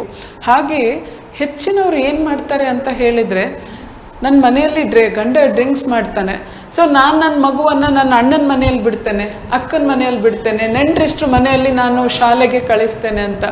ಸೊ ತಾಯಿಯಂದ್ರಲ್ಲಿ ಮಾಡುವಂತಹ ಮೊದಲನೆಯ ರಿಕ್ವೆಸ್ಟ್ ಅಂತ ಹೇಳಿದರೆ, ಮಕ್ಕಳಿಗೆ ಅಗತ್ಯವಾಗಿ ಬೇಕಾಗಿರುವಂತಹದ್ದು ತಂದೆ ತಾಯಿಯ ಪೋಷಣೆ. ತಂದೆ ಆ ಪೋಷಣೆಯನ್ನು ಕೊಡಲಿಕ್ಕೆ ಅಸಮರ್ಥನಾಗಿರ್ಬೋದು. ಯಾವಾಗಲೂ ನಾವು ಒಂದು ಮಾತು ಹೇಳ್ತೇವೆ, ಬೇರೆಯವ್ರು ಕೊಡುವ ಮೃಷ್ಟಾನ್ನ ಭೋಜನಕ್ಕಿಂತ ನಮ್ಮ ಮನೆಯ ಗಂಜಿ ಊಟ ಆದರೂ ಅದು ನಮಗೆ ನೆಮ್ಮದಿಯಲ್ಲಿ ಊಟ ಮಾಡಲಿಕ್ಕೆ ಸಾಧ್ಯ ಅಂತ ಹೇಳಿ. ಸೊ ಬೇರೆಯವರ ಮನೆಯಲ್ಲಿ ಹಂಗಿನ 2 ಹೊತ್ತು ಊಟ ಮಾಡೋದಕ್ಕಿಂತ ನಮ್ಮ ಮನೆಯಲ್ಲಿ ಏನು ಬೇಯುತ್ತೆ ಅದನ್ನು ನಾವು ಊಟ ಮಾಡೋದ್ರಲ್ಲಿ ಖುಷಿ ಇರುತ್ತೆ. ಅದು ಆ ಮಗುವಿಗೆ ತನ್ನ ಮನೆಯ ಊಟ ಅನ್ನುವಂಥದ್ದೇ ಬೇರೆ, ತನ್ನ ಅಮ್ಮ ಅನ್ನುವಂಥದ್ದು ಬೇರೆ, ತನ್ನ ಫ್ಯಾಮಿಲಿ ಅನ್ನುವಂಥದ್ದು ಬೇರೆ. ಹೀಗೆ ಬೇರೆಯವರ ಮನೆಯಲ್ಲಿ ಬಿಟ್ಟಾಗ ಮಕ್ಕಳಿಗೆ ಭಾವನಾತ್ಮಕವಾಗಿ ಡಿಸ್ಕನೆಕ್ಟ್ ಆಗ್ತಾ ಹೋಗ್ತಾರೆ. ಅವರ ನೋವನ್ನು ಹೇಳ್ಕೊಳ್ಳಿಕ್ಕೆ ಯಾರೂ ಇಲ್ಲ ಅಂದರೆ ಯಾರೂ ಇಲ್ಲ ಅನ್ನುವಂತಹ ಸನ್ನಿವೇಶ ಉದ್ಭವ ಆಗುತ್ತೆ. ಸೊ ಅಲ್ಲಿ ತಾಯಿಯಂದಿರು ಇದನ್ನು ಮಾಡುವಂತಹದ್ದು. ಹಾಗೆಯೇ ಮಕ್ಕಳ ಹತ್ರ ಸ್ವಲ್ಪ ಸಮಯವನ್ನು ಸ್ಪೆಂಡ್ ಮಾಡುವಂಥದ್ದು. ತಾಯಿಯಾದವಳು ಒಂದು ಅರ್ಧ ಗಂಟೆ ತನ್ನ ಯಾವುದೇ ಟೆನ್ಷನ್ಸ್ಗಳಿದ್ರು ಮಕ್ಕಳಿಗೆ ಅದು ಟೆನ್ಷನ್ ಅಂತ ಗೊತ್ತಾಗಲ್ಲ. ಸೊ ಆ ಮಕ್ಕಳು ಹೊರಗಡೆಯಿಂದ ಬಂದಾಗ ಒಂದು ಅರ್ಧ ಗಂಟೆ ಅವ್ರ ಹತ್ರ ಮಾತಾಡುವಂಥದ್ದು, ಶಾಲೆಯ ಬಗ್ಗೆ ಕೇಳುವಂಥದ್ದು, ಸ್ನೇಹಿತರ ಬಗ್ಗೆ ಕೇಳುವಂಥದ್ದು. ಈ ಮೂಲಕ ಮನೆಯಲ್ಲಿ ಏನೇ ಸಮಸ್ಯೆ ಇದ್ದರೂ, ನೀವು ಹೊರಗಡೆ ಏನೇ ಸಮಸ್ಯೆ ಇದ್ದರೂ ನಾನಿದ್ದೇನೆ, ನಾನು ನಿಮ್ಮ ಬೆನ್ನ ಹಿಂದೆ ಇರ್ತೇನೆ ಅನ್ನುವಂತಹ ಒಂದು ಅಶ್ಯೂರೆನ್ಸನ್ನು ಮಕ್ಕಳಿಗೆ ಕೊಡುವಂತಹ ಕೆಲಸವನ್ನು ತಾಯಿ ಮಾಡಬೇಕು. ಮತ್ತು ನಾನು ಮಕ್ಕಳ ವ್ಯಕ್ತಿತ್ವ ಬೆಳವಣಿಗೆಯಲ್ಲಿ ಒಂದು ಜವಾಬ್ದಾರಿಯುತ ಮಗು ಅಂತ ಹೇಳಿದೆ. ಎಷ್ಟೇ ಜವಾಬ್ದಾರಿಯನ್ನು ತಗೊಂಡ್ರೂ ಕೂಡ ನಮಗೆಲ್ಲದಕ್ಕೂ ಒಂದು ವಯಸ್ಸಂತ ಇದೆ.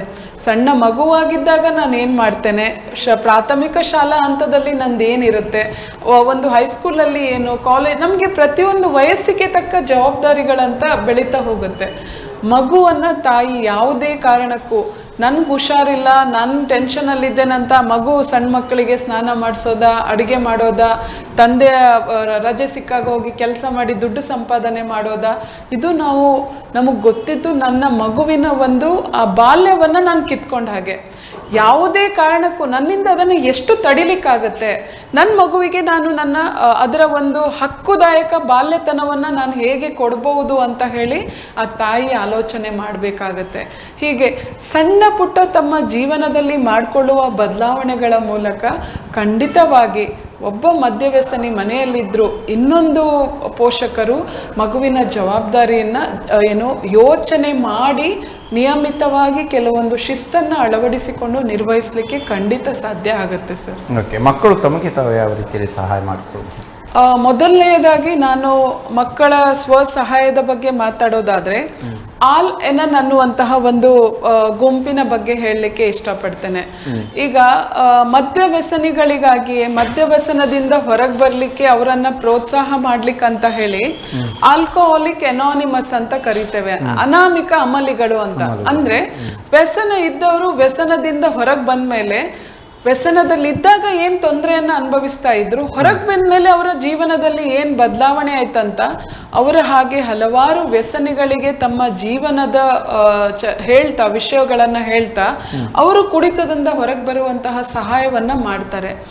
ಇಲ್ಲಿ ಆಲ್ ಎನನ್ ಅಂತ ಹೇಳಿದ್ರೆ, ಗ್ರೂಪ್ ಅಂತ ಹೇಳಿದ್ರೆ, ಮದ್ಯ ವ್ಯಸನ ಮನೆಯವರು ಸೇರ್ಕೊಂಡು ಒಂದು ಸ್ವಸಹಾಯ ಗುಂಪನ್ನ ಮಾಡ್ಕೊಳ್ಳುವಂತಹದ್ದು. ಮದ್ಯ ವ್ಯಸನಿಯ ಮನೆಯವರು, ಸೊ ಈಗ ಹೆಂಡತಿ ಮಕ್ಕಳು ಸೇರ್ಕೊಂಡು ಒಂದು ಸ್ವಸಹಾಯ ಗುಂಪನ್ನು ರಚಿಸುವಂತಹದ್ದು. ಸೊ ಇಲ್ಲಿ ತಾವು ಅನುಭವಿಸಿದಂತಹ ನೋವುಗಳನ್ನು, ಈಗ ಎಷ್ಟೋ ಜನ ವ್ಯಸನದಿಂದ ಹೊರಗೆ ಬಂದಿರ್ತಾರೆ, ಅವರು ಹೊರಗೆ ಬರಲಿಕ್ಕೆ ಈ ಮನೆಯವರು ಯಾವ ರೀತಿ ಸಹಾಯವನ್ನ ಮಾಡಿದ್ರು, ಮನೆಯವರು ಈ ಸಹ ಅವಲಂಬನೆಯ ಜೀವನದಿಂದ ಹೇಗೆ ಹೊರಗೆ ಬಂದ್ರು, ಮಕ್ಕಳನ್ನ ಯಾವ ರೀತಿ ಬೆಳೆಸ್ತಾ ಇದ್ರು, ಹೀಗೆ ತಮ್ಮ ಅನುಭವಗಳನ್ನ ಬೇರೆ ವ್ಯಸನಿಗಳ ಮನೆಯವರಿಗೆ ಹೇಳುವ ಮೂಲಕ ಅವರು ಅವರ ಜೀವನವನ್ನ ಹೇಗೆ ಬದಲಾವಣೆ ಮಾಡ್ಕೊಳ್ಬೇಕು ಅಂತ ಹೇಳಿ ಒಂದು ಮಾರ್ಗದರ್ಶನ ಕೊಡುವಂತಹ ಒಂದು ಸ್ವಸಹಾಯ ಗುಂಪಾಗಿರುತ್ತೆ.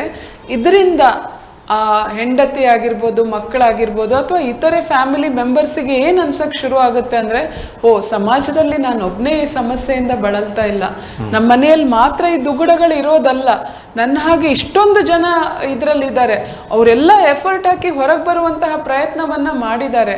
ಅವರೇ ಹೇಳ್ತಾರೆ, ಈ ವ್ಯಸನ ಅನ್ನುವಂಥದ್ದು ಮರುಕಳಿಸುವ ಕಾಯಿಲೆ, ಮತ್ತೆ ಮತ್ತೆ ಅವ್ರು ಹೋಗ್ಬೋದು, ನೀವು ಯಾವ ರೀತಿ ನೋಡ್ಕೋಬೇಕು, ಇದಿದ್ರೂ ಕೂಡ ನಮ್ಮ ವ್ಯಕ್ತಿತ್ವ ಬೆಳವಣಿಗೆಗೆ ನಾವೇನೆಲ್ಲ ಬದಲಾವಣೆ ಮಾಡ್ಕೋಬೇಕು ಅಂತ ನಮ್ಗೆ ಹೇಳ್ಕೊಡ್ತಾ ಇದ್ದಾರೆ ಅಂತ ಹೇಳಿ ಅವರಿಗೊಂದು ಪ್ರೋತ್ಸಾಹ ಕೊಡಲಿಕ್ಕೆ ಸಹಾಯ ಮಾಡುತ್ತೆ. ಸೊ ಇಂತಹ ಫ್ಯಾಮಿಲಿಯವರು ಸೇರಿಕೊಂಡು ಈ ಆಲ್ ಎನನ್ ಅನ್ನುವಂತಹ ಒಂದು ಗುಂಪು ರಚನೆ ಮಾಡಿಕೊಂಡು ಪರಸ್ಪರ ಒಬ್ರಿಗೊಬ್ರು ನಿಲ್ಲುವ ಮೂಲಕ ಬೆಳವಣಿಗೆಗೆ ಸಹಾಯ ಮಾಡಬಹುದು. ಸೊ ಅದೇ ರೀತಿ ಮಕ್ಕಳು ಯಾವುದೇ ಕಾರಣಕ್ಕೂ ನಾನು ತಪ್ಪಿತಸ್ಥನಲ್ಲ, ನಾನು ಹೊಣೆಗಾರನಲ್ಲ, ನಾನು ಈ ಸಮಸ್ಯೆಯಿಂದ ಹೊರಗೆ ಬರ್ತೇನೆ, ಯಾವುದೇ ಕಾರಣಕ್ಕೂ ಇಂತಹ ದುಶ್ಚಟಗಳಿಗೆ ನಾನು ಒಳಗಾಗಲ್ಲ, ನನ್ನ ಪೋಷಕರು ವ್ಯಸನಿಯಾಗಿದ್ದರೆ ಅದಕ್ಕೆ ನಾನು ಜವಾಬ್ದಾರಿಯಲ್ಲ, ನಾನು ನನ್ನ ತಂದೆಗೆ ಅಥವಾ ತಾಯಿ ವ್ಯಸನಿಯಾದಾಗ ಅವರಿಗೆ ಯಾವ ರೀತಿಯ ಒಂದು ಸಹಾಯ ನನ್ನಿಂದ ಮಾಡ್ಬೋದು ಅನ್ನೋದ್ರ ಬಗ್ಗೆ ನಾನು ತಿಳಿದವರಿಂದ ಮಾಹಿತಿ ಪಡಿತೇನೆ. ನನಗೆ ನೋವಾದದ್ದನ್ನು ನಾನು ಬೇರೆಯವ್ರ ಹತ್ರ ಓಪನ್ ಆಗಿ ಹೇಳಿಕೊಂಡು ಅದಕ್ಕೆ ಪರಿಹಾರವನ್ನು ಕಂಡುಕೊಳ್ಳಿಕ್ಕೆ ನಾನು ಪ್ರಯತ್ನವನ್ನು ಮಾಡ್ತೇನೆ ಅನ್ನುವಂತಹ ಒಂದು ಶಪಥವನ್ನು ಈ ಮಕ್ಕಳು ಮಾಡಬೇಕಾಗತ್ತೆ. ಅದೇ ರೀತಿ national association for children of alcoholics 12 ಹೆಜ್ಜೆಗಳಂತ ಹೇಳಿ ಮಕ್ಕಳಿಗೆ ಒಂದು ಸವಿವರವಾಗಿ ಅವರನ್ನು ಅವರು ಹೇಗೆ ಸಹಾಯ ಮಾಡ್ಕೋಬಹುದು ಅನ್ನೋದ್ರ ಬಗ್ಗೆ ಹೇಳಿದೆ. ಅದನ್ನು ನಾನು ಇಲ್ಲಿ ಓದಿ ಹೇಳಲಿಕ್ಕೆ ಇಷ್ಟಪಡ್ತೇನೆ. ಮದ್ಯ ಮಾದಕ ದ್ರವ್ಯಗಳು ಹಾಗೂ ಇತರ ವ್ಯಕ್ತಿಗಳ ನನ್ನೆಡೆಗಿನ ವರ್ತನೆಯ ಮುಂದೆ ನಾನು ಅಸಹಾಯಕ, ನನ್ನ ಜೀವನ ಅಸ್ತವ್ಯಸ್ತಗೊಂಡಿದ್ದು ಈ ಅಸಹಾಯಕತೆಯಿಂದ. ಇಲ್ಲಿ ಮಾದಕ ದ್ರವ್ಯಗಳಿಂದ ನನ್ನ ಜೀವನದಲ್ಲಿ ಇಂತಹ ಪರಿಸ್ಥಿತಿ ಉದ್ಭವಿಸಿದೆ ಅನ್ನೋದನ್ನ ನಾನು ಅರ್ತಿದ್ದೇನೆ. ನಾನು ಒಂಟಿಯಾಗಿ ಎದುರಿಸಲಾರೆ, ನನಗೆ ಸಹಾಯದ ಅವಶ್ಯಕತೆ ಇದೆ. ವ್ಯಸನ ಅನ್ನುವಂಥದ್ದು ಒಂದು ಸಾಂಸಾರಿಕ ಕಾಯಿಲೆಯಾಗಿದೆ, ಒಂದು ಸಾಮಾಜಿಕ ಕಾಯಿಲೆಯಾಗಿದೆ. ಇದಕ್ಕೆ ನಾನು ಒಬ್ಬನೇ ಹೊಣೆಗಾರನಲ್ಲ, ಒಬ್ಬನೇ ಇದನ್ನು ನಾನು ಎದುರಿಸ್ಲಿಕ್ಕೆ ಆಗಲ್ಲ. ನಾನು ಖಂಡಿತವಾಗಿ ನನ್ನಲ್ಲಾಗುವಂತಹ ಸಮಸ್ಯೆಗಳಿಗೆ ಬೇರೆಯವರಿಂದ, ತಿಳಿದವರಿಂದ ಸಹಾಯ ಪಡೆಯುವಂತಹ ಕೆಲಸವನ್ನ ಮಾಡ್ತೇನೆ. ನೆರವಿಗಾಗಿ ನನಗಿಂತ ಬಲಶಾಲಿಯಾಗಿರುವ ಶಕ್ತಿಯೊಂದನ್ನು ಸೇರಿಕೊಳ್ಳಲು ನಿರ್ಧರಿಸಿದ್ದೇನೆ. ನನಗೆ ಸಹಾಯ ಬೇಕು. ಈ ಸಹಾಯಕ್ಕಾಗಿ ಹಲವಾರು ಶಕ್ತಿಗಳು ನನ್ನ ಮುಂದೆ ಇದೆ, ಅದರ ಪ್ರಯೋಜನವನ್ನು ನಾನು ಪಡಿತೇನೆ ಅಂತ ಹೇಳಿ ಮಗು ಹೆಜ್ಜೆ ಮುಂದಿಡುವಂತಹದ್ದು. ನನ್ನ ಬಗ್ಗೆ ನನಗೆ ಮತ್ತು ಇತರರಿಂದ ಕಿರಿಕಿರಿ ಉಂಟಾಗುವ ಬಗ್ಗೆ ನಾನು ಇಷ್ಟಪಡುವ ವಿಷಯಗಳನ್ನು ಪ್ರತ್ಯೇಕವಾಗಿ ಪಟ್ಟಿ ಮಾಡಿದ್ದೇನೆ. ನಾನು ಎಲ್ಲದರಲ್ಲಿ ಮುಳುಗಿ ಹೋಗ್ತಾ ಎಲ್ಲವನ್ನ ನಿರಾಶಾದಾಯಕವಾಗಿ ತೆಗೆದುಕೊಳ್ಳೋದ್ರ ಬದಲಾಗಿ ನನ್ನಲ್ಲಿ ಒಳ್ಳೆಯದೂ ಇದೆ, ನನ್ನಲ್ಲಿ ಕೆಲವೊಂದು ವೀಕ್ನೆಸಸ್ ಕೂಡ ಇದೆ. ನಾನು ಅದೆರಡನ್ನು ಬೇರೆ ಬೇರೆಯಾಗಿ ಪಟ್ಟಿ ಮಾಡಿಕೊಂಡು ಯಾವುದನ್ನು ನಾನು ಇಂಪ್ರೂವ್ ಮಾಡ್ಕೊಳ್ಬೇಕು ಅನ್ನೋದ್ರ ಮೇಲೆ ನಾನು ಕೆಲಸ ಮಾಡ್ತೇನೆ ಅಂತ ಹೇಳಿ ಹೆಜ್ಜೆ ಇಡುವಂತಹದ್ದು. ಈ ವಿಷಯಗಳನ್ನು ನಾನು ನಂಬಲರ ವ್ಯಕ್ತಿಗಳ ಬಳಿ ಹಂಚಿಕೊಳ್ಳುತ್ತೇನೆ. ಇನ್ನು ಇವುಗಳನ್ನು ಗೌಪ್ಯವಾಗಿಡುವಂತಹ ಅವಶ್ಯಕತೆ ಇಲ್ಲ ಅಂತ ಮೇಡಮ್ ಹೇಳಿದ್ರು. Don't trust, don't feel, don't share ಅಂತ ಹೇಳಿ. ಸೊ ಅಗತ್ಯ ಇಲ್ಲ. ನಾನು ನನ್ನ ಫೀಲಿಂಗ್ಸನ್ನು, ನನಗಾಗ್ತಾ ಇರುವ ನೋವನ್ನು ನಾನು ಒತ್ತಿಟ್ಟಿಡುವಂತಹ ಅವಶ್ಯಕತೆ ಇಲ್ಲ. ನಾನು ನಂಬಲರ ನನ್ನ ಅಮ್ಮ ಆಗಿರ್ಬೋದು, ನನ್ನ ಟೀಚರ್ ಆಗಿರ್ಬೋದು, ನನ್ನ ಫ್ರೆಂಡ್ ಆಗಿರ್ಬೋದು, ಅಥವಾ ಸಮಾಜದಲ್ಲಿ ಬೇರೆ ಯಾರೋ ನಂಬಲರ ವ್ಯಕ್ತಿ ಹತ್ರ ಖಂಡಿತವಾಗಿ ಹಂಚಿಕೊಳ್ತೇನೆ, ಅವರ ಸಹಾಯವನ್ನು ನಾನು ಪಡಿತೇನೆ ಅಂತ ಹೇಳಿ. ನನ್ನನ್ನು ಮತ್ತು ಆ ಮೇಲಿನ ಶಕ್ತಿಯನ್ನು ನಂಬಿದಷ್ಟು ಇತರರನ್ನು ನಂಬುವುದನ್ನು ಕಲಿತುಕೊಳ್ಳುತ್ತೇನೆ. ಇಲ್ಲಿಯವರೆಗೆ ನಾನು ಬೇರೆಯವರನ್ನ ನಂಬ್ತಾ ಇರಲಿಲ್ಲ. ನನ್ನ ಮನೆಯ ವಿಷಯ ನಾನು ಬೇರೆಯವ್ರ ಹತ್ರ ಹೇಳ್ಕೊಂಡ್ರೆ ನನ್ನ ಮನೆ ಮರ್ಯಾದೆ ಕಡಿಮೆ ಆಗುತ್ತೆ, ನನ್ನನ್ನು ತಮಾಷೆ ಮಾಡ್ತಾರೆ, ನನಗೂ ದೇವರು ಇಷ್ಟೇ ನಾನು ನಂಬ್ತಾ ಇದ್ದೆ. ಹಾಗಲ್ಲ, ಖಂಡಿತವಾಗಿ ನನ್ನ ನಂಬಿಕಸ್ಥ ವ್ಯಕ್ತಿಗಳ ಹತ್ರ ಹೇಳ್ಕೊಳ್ತೇನೆ, ತುಂಬಾ ಜನರಿಂದ ನಾನು ಇದಕ್ಕೆ ಸಹಾಯ ಪಡಿತೇನೆ ಅಂತ ಹೇಳಿ. ನಾನು ನೋವು ಮಾಡಿದ ವ್ಯಕ್ತಿಗಳ ಹೆಸರನ್ನು, ನನಗೆ ನಾನೇ ನೋವು ಮಾಡಿಕೊಂಡ ರೀತಿಗಳನ್ನು ಪ್ರತ್ಯೇಕವಾಗಿ ಪಟ್ಟಿ ಮಾಡಿದ್ದೇನೆ. ಈಗ ನಾನು ನನ್ನನ್ನು ಇತರರನ್ನು ಕ್ಷಮಿಸಬಲ್ಲೆ. ಸೊ ನಾನು ಬೇರೆಯವ್ರ ಮೇಲೆ ಅತಿಯಾದ ನಿರೀಕ್ಷೆಯನ್ನು ಇಟ್ಕೊಳ್ತಾ ಇದ್ದೆ, ಅದು ಈಡೇರದೇ ಇದ್ದಾಗ ತುಂಬಾ ನೋವನ್ನು ಅನುಭವಿಸ್ತಾ ಇದ್ದೆ, ಮತ್ತು ಅವರಿಗೆ ನಾನು ಯಾವಾಗಲೂ ಮನಸ್ಸಲ್ಲಿ ಬೈಕೊಳ್ತಾ ಇದ್ದೆ ಅಥವಾ ಅವರಿಂದ ನಾನು ದೂರ ಆಗ್ತಾ ಇದ್ದೆ. ಸೊ ನಾನು ಆ ನಿರೀಕ್ಷೆಗಳನ್ನು ಕಡಿಮೆ ಮಾಡ್ತೇನೆ. ನನ್ನಲ್ಲಿ ಆಗಿರ್ಬೋದು, ನಾನು ಪರಿಪೂರ್ಣನಾಗಬೇಕು ಅಥವಾ ನನಗೆ ಬೇರೆಯವರು ಹೀಗೆ ಇರಬೇಕು ಅನ್ನುವಂತಹ ನಿರೀಕ್ಷೆಗಳನ್ನು ಕಡಿಮೆ ಮಾಡ್ಕೊಳ್ತೇನೆ. ನನಗೀಗ ಯಾರಿಂದೆಲ್ಲ ನೋವಾಗಿದೆ ಅವರನ್ನು ನಾನು ಕ್ಷಮಿಸ್ತೇನೆ ಮತ್ತು ನನ್ನನ್ನು ನಾನು ಕ್ಷಮಿಸ್ತೇನೆ ಅಂತ ಹೇಳಿ. ನಾನು ಭಯಪಡುತ್ತಿದ್ದ ವ್ಯಕ್ತಿಯ ಬಳಿಯೂ ಮಾತನಾಡಿದೆ. ಹಾಗೂ ಮಾಡುವುದರಿಂದ ನನ್ನ ಬಗ್ಗೆ ನನಗೆ ಒಳ್ಳೆಯ ಭಾವನೆ ಮೂಡಲು ಸಾಧ್ಯ ಅನ್ನುವಂಥ ಅರಿವು ಮೂಡಿತ್ತು. ನನಗೆ ತುಂಬ ಕೀಳರಿಮೆ ಇತ್ತು. ನನ್ನ ಮುಂದೆ ಬರುವಂಥವ್ರನ್ನ ನೋಡುವಾಗ ಅವರು ಶ್ರೇಷ್ಠರು, ಅವರಿಗೆ ನನಗಿಂತ ತುಂಬ ವಿಷಯ ಗೊತ್ತಿದೆ, ನಾನು ಅವ್ರ ಎದುರುಗಡೆ ಏನಿಲ್ಲ, ಇಂತಹ ಕೀಳರಿಮೆಯಿಂದ ನಾನು ಬಳಲ್ತಾ ಇದ್ದೆ. ಆದರೆ ಒಂದೆರಡು ಸರ್ತಿ ಅವ್ರ ಹತ್ರ ಮಾತಾಡುವಾಗ ನನಗೆ ಅನ್ಸಕ್ಕೆ ಶುರುವಾಯಿತು, ಅವರು ಕೂಡ ನನ್ನ ಹಾಗೆ ನನ್ನನ್ನು ಅರ್ಥ ಮಾಡ್ಕೊಳ್ತಾರೆ. ಸೊ ನಾನಿನ್ನು ಆ ಭಯದಿಂದ ಹೊರಗೆ ಬರ್ತೇನೆ, ಕೀಳರಿಮೆಯಿಂದ ಹೊರಗೆ ಬರುವಂತಹ ಪ್ರಯತ್ನವನ್ನು ಮಾಡ್ತೇನೆ ಅಂತ ಹೇಳಿ ಪ್ರತಿದಿನವೂ ನನ್ನ ಬಗ್ಗೆ ನಾನು ಹೊಸ ವಿಷಯಗಳನ್ನು ತಿಳಿದುಕೊಳ್ಳುವ ಪ್ರಯತ್ನ ಮಾಡ್ತೇನೆ. ನನ್ನಿಂದ ಯಾರಿಗಾದರೂ ನೋವಾದರೆ ಖಂಡಿತವಾಗಿ ಕ್ಷಮೆ ಕೇಳ್ತೇನೆ. ನನ್ನಲ್ಲೇ ತುಂಬ ಟ್ಯಾಲೆಂಟ್ಸ್ ಇದೆ. ನಾನು ಡ್ರಾಯಿಂಗಲ್ಲಿ ಎಕ್ಸ್ಪರ್ಟ್ ಇರ್ಬೋದು, ನಾನು ಕಲಿಯೋದ್ರಲ್ಲಿ ಮುಂದೆ ಇರ್ಬೋದು, ಸ್ಪೋರ್ಟ್ಸಲ್ಲಿ ಜಾಣನಿರ್ಬೋದು. ನನ್ನಲ್ಲಿರುವಂತಹ ಟ್ಯಾಲೆಂಟನ್ನು ನಾನು ಬೆಳೆಸ್ತೇನೆ ಮತ್ತು ಬೇರೆಯವರಿಗೆ ನೋವಾಗದಂತೆ ನನ್ನ ನಡವಳಿಕೆಯನ್ನು ತಿದ್ದುಪಡಿ ಮಾಡ್ಕೊಳ್ತೇನೆ ಅಂತ. ನಾನು ತಾಳ್ಮೆಯಿಂದ ಪ್ರಾರ್ಥಿಸಿದಾಗ ಆ ದಿವ್ಯ ಶಕ್ತಿಗೆ ಹತ್ತಿರ ಆಗ್ತೇನೆ. ಆದ್ದರಿಂದ ನನ್ನನ್ನು ಇನ್ನಷ್ಟು ಅರಿಯಲು ಸಾಧ್ಯ ಆಗುತ್ತೆ. ಸೊ ನಾನು ಎಷ್ಟು ಪೇಷನ್ಸಿಂದ ನಾನು ದೇವರನ್ನು ನೆನಪು ಮಾಡ್ಕೊಳ್ತೇನೆ, ನನ್ನನ್ನು ಕಾಪಾಡ್ತಾರೆ, ನನ್ನನ್ನು ರಕ್ಷಿಸ್ತಾರೆ ಅನ್ನುವಂತಹ ಭಾವನೆಗಳನ್ನು ಇಟ್ಕೊಳ್ತೇನೆ. ನಾನು ಇನ್ನೂ ಗಟ್ಟಿಯಾಗ್ತಾ ಹೋಗ್ತೇನೆ, ನನ್ನ ನೋವುಗಳನ್ನು ನಾನು ಮರಿತೇನೆ ಅಂತ ಹೇಳಿ. ಸೊ ಈ ಕೊನೆಯದಾಗಿ ಈ ಹೆಜ್ಜೆಗಳನ್ನು ಪಾಲಿಸೋದ್ರಿಂದ ನಾನೀಗ ಹೊಸ ವ್ಯಕ್ತಿಯಾಗಿದ್ದೇನೆ. ಇನ್ನು ನಾನು ಒಂಟಿ ಎಂದುಕೊಳ್ಳಬೇಕಾಗಿಲ್ಲ, ನಾನು ಇತರರಿಗೂ ಸಹಾಯ ಮಾಡಬಲ್ಲೆ. ಇದೆಲ್ಲ ಅರಿತ ನನಗೆ ಗೊತ್ತಾದ ವಿಷಯ ಅಂತ ಹೇಳಿದರೆ, ಇದರಲ್ಲಿ ನಾನು ತಪ್ಪಿತಸ್ಥನಲ್ಲ, ನಾನು ಹೊಣೆಗಾರನಲ್ಲ, ನಾನು ಒಂಟಿಯಲ್ಲ.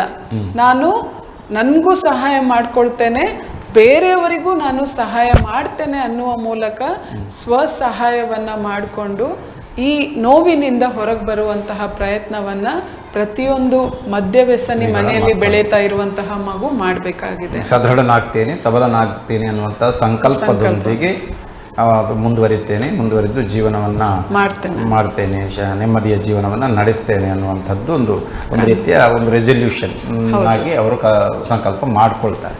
ಸರಿ ಪದ್ಮರಾಘವೇಂದ್ರ, ಕೊನೆಯದಾಗಿ ಏನು ಹೇಳಲಿಕ್ಕೆ ಇಚ್ಛಿಸ್ತೀರಾ ನಮ್ಮ ವೀಕ್ಷಕರಿಗೆ ಮದ್ಯವ್ಯಸನಿ ಮಕ್ಕಳ ಬಗ್ಗೆ? ಈಗ ಜಾಗೃತಿ ಸಪ್ತಾಹ ಆಗ್ತಾ ಇದೆ. ಈ ಸಪ್ತಾಹದಲ್ಲಿ ಏನು ಕಾರ್ಯಕ್ರಮಗಳಿದೆ? ಆ ಕಾರ್ಯಕ್ರಮದಲ್ಲಿ ಯಾವ ರೀತಿಯಲ್ಲಿ ಭಾಗಿಯಾಗಬೇಕು? ಪ್ರತಿ ವರ್ಷ ನಮ್ಮ ಆಸ್ಪತ್ರೆಯಲ್ಲಿ ಮೇಡಮ್ ಹೇಳಿದ್ರು, ಮದ್ಯ ಒಂದು ವರ್ಜನ ಒಂದು ವಿಭಾಗನೇ ಇದೆ. ಸೊ ಅಲ್ಲಿ ನಾವು ಖಾಲಿ ಪೇಷಂಟಿಗೆ ಮಾತ್ರ ಒಂದು ಅಥವಾ ಚಿಕಿತ್ಸೆಗೆ ಬರುವ ವ್ಯಕ್ತಿಗೆ ಮಾತ್ರ ಒಂದು ಫೋಕಸ್ ಮಾಡದೆ ನಾವು ಹೋಲ್ ಫ್ಯಾಮಿಲಿ ಬಗ್ಗೆ ಫೋಕಸ್ ಮಾಡುತ್ತೇವೆ. ಸೊ ಪ್ರತಿ ಒಂದು ವಾರದಲ್ಲಿ 2-3 ಫ್ಯಾಮಿಲಿ ಮೀಟಿಂಗ್ ಅಂತ ಮಾಡ್ತೇವೆ. ಇಲ್ಲಿ ಮಕ್ಕಳ ಈ ಮನೆಯವರ ಒಂದು ಸಮಸ್ಯೆಯ ಬಗ್ಗೆ, ಅವರು ಈ ಚಿಕಿತ್ಸೆಯನ್ನು ಹೇಗೆ ಮನೆಯವರಿಗೆ ನೀಡಬೇಕು, ಮತ್ತೆ ಅವರು ಚಿಕಿತ್ಸೆಯ ನಂತರ ಅವರೊಟ್ಟಿಗೆ ಹೇಗೆ ವ್ಯವಹರಿಸಬೇಕು, ಈ ಸ್ವ ಅವಲಂಬನೆ ಅದರಿಂದ ಹೇಗೆ ಅವರು ಹೊರಗೆ ಬರಬೇಕು, ಇಂಥ ಮಾಹಿತಿಗಳು ನಮ್ಮ ಆಸ್ಪತ್ರೆಯಲ್ಲಿ ತಿಂಗಳಲ್ಲಿ 2-3 ಬಾರಿ ನಡೀತದೆ. ಸೊ ಅದರ ಪ್ರಯೋಜನವನ್ನ ಪಡ್ಕೊಳ್ಬಹುದು. ಅದೇ ರೀತಿ ಮದ್ಯವ್ಯಸನಿಗಳ ಮಕ್ಕಳ ಬಗ್ಗೆ ಕೂಡ ನಾವು ತುಂಬಾ ಕಾರ್ಯಕ್ರಮಗಳನ್ನ ಮಾಡ್ತೇವೆ. ಈ ಹಾಸ್ಪಿಟಲಲ್ಲಿ ಚಿಕಿತ್ಸೆ ಆಗುವಾಗ ಮದ್ಯವ್ಯಸನಿಗಳ ಮಕ್ಕಳನ್ನ ಕರೆಯುವಂಥದ್ದು, ಅವರಿಗೆ ತರಬೇತಿಯನ್ನ ನೀಡುವಂಥದ್ದು ಮಾತ್ರ ಅಲ್ಲ, ನಿರಂತರವಾಗಿ ನಡೀತಾ ಇದೆ ಅನ್ನುವಂಥದ್ದನ್ನ ಇಲ್ಲಿ ಹೇಳಲಿಕ್ಕೆ ಇಷ್ಟಪಡ್ತೇನೆ. ನಾವು ಪ್ರತಿ ಒಂದು ಮದ್ಯವ್ಯಸನಿಯ ಒಂದು ಇಡೀ ಕುಟುಂಬವನ್ನ ಒಂದು ಅಸೆಸ್ ಮಾಡಿ ಆ ಮಗುವಿಗೆ ಏನಾದರೂ ಸಮಸ್ಯೆ, ಭಾವನಾತ್ಮಕ ವರ್ತನ ಸಮಸ್ಯೆಗಳಿದ್ರೆ ಅದನ್ನ ಗುರುತಿಸಿ ಪರಿಹರಿಸಲಿಕ್ಕೆ ಪ್ರಯತ್ನ ಪಡ್ತೇವೆ. ಕಲಿಕಾ ನ್ಯೂನತೆಗಳು ತುಂಬಾ ಮಕ್ಕಳಿಗೆ ಇರ್ತದೆ. ನಮ್ಮಲ್ಲಿ CGC ಅಂತ ಇದೆ, ಚೈಲ್ಡ್ ಗೈಡೆನ್ಸ್ ಕ್ಲಿನಿಕ್ ಅಂತ. ಅಲ್ಲಿಗೆ ಆ ಮಕ್ಕಳು ಬರ್ತಾರೆ. ಅವರ ಒಂದು ಕಲಿಕಾ ನ್ಯೂನತೆಗೆ ಕೂಡ ಪರಿಹಾರಾತ್ಮಕ ಬೋಧನೆಯನ್ನ, ರೆಮಿಡಿಯಲ್ ಟೀಚಿಂಗ್ ಅಂತ ಹೇಳ್ತೇವೆ, ಅದನ್ನ ತಕ್ಕೊಳ್ತಾರೆ ಅವರು. ಸೊ ಇದು ನಿರಂತರವಾಗಿ ನಡೀತದೆ. ಆದ್ರೆ ಈ ಜಾಗೃತಿ ಸಪ್ತಾಹದಲ್ಲಿ ಆದಷ್ಟು ನಾವು ಈ ಅವೇರ್ನೆಸ್ ಪ್ರೋಗ್ರಾಮ್ಸ್ ಅನ್ನ ಕಂಡಕ್ಟ್ ಮಾಡ್ತೇವೆ. ಮುಖ್ಯವಾಗಿ ಶಾಲೆಗಳಲ್ಲಿ ಮಾಡ್ತೇವೆ. ಶಿಕ್ಷಕರಿಗೆ ಮತ್ತೆ ಮಕ್ಕಳಿಗೆ ಇದ್ರ ಬಗ್ಗೆ ಒಂದು ಅವೇರ್ನೆಸ್ ಇರಲಿ ಅಂತ. ಅದೇ ರೀತಿ ಸ್ವಸಹಾಯ ಸಂಘಗಳಲ್ಲಿ ಕೂಡ ಈಗ ಪೋಷಕರು ಹೆಚ್ಚಿನ ಒಂದು ಸಂಖ್ಯೆಯಲ್ಲಿ ಬರ್ತಾರೆ. ಅಲ್ಲಿ ಕೂಡ ಈ ಮಾಹಿತಿಯನ್ನ ನೀಡ್ತೇವೆ. ಮದ್ಯವ್ಯಸನ ಮಕ್ಕಳಲ್ಲಿ ಏನು ಸಮಸ್ಯೆಗಳಾಗ್ತದೆ, ಯಾವ ರೀತಿ ಪೋಷಕರು, ನಾಗರಿಕರು ಅವರಿಗೆ ಹೆಲ್ಪ್ ಮಾಡ್ಬೋದು ಅನ್ನುವಂಥದ್ದು. ಅದೇ ರೀತಿ ಈ ಬೀಚ್ಗಳಲ್ಲಿ ಈ ಸ್ಯಾಂಡ್ ಆರ್ಟ್ ಅನ್ನ ಮಾಡುವಂಥದ್ದು, ಮತ್ತೆ ಮೇಡಮ್ ಅದೇನೊಂದೇನೋ ಪ್ರೋಗ್ರಾಮ್ ಇದೆ 13th ಬೀದಿ ನಾಟಕಗಳನ್ನ ಮಾಡುವಂಥದ್ದು, ಪೋಷಕರ ಸಭೆಯನ್ನ ಮಾಡುವಂಥದ್ದು, ಇಂಥದ್ದನ್ನೆಲ್ಲ ಕ್ಲೇ ಆರ್ಟ್ ಅನ್ನ ಮಾಡುವಂಥದ್ದು. ಈ ಮದ್ಯವ್ಯಸನೆ ಕುಟುಂಬ ಮತ್ತು ಮಕ್ಕಳ ಸಮಸ್ಯೆ ಬಗ್ಗೆ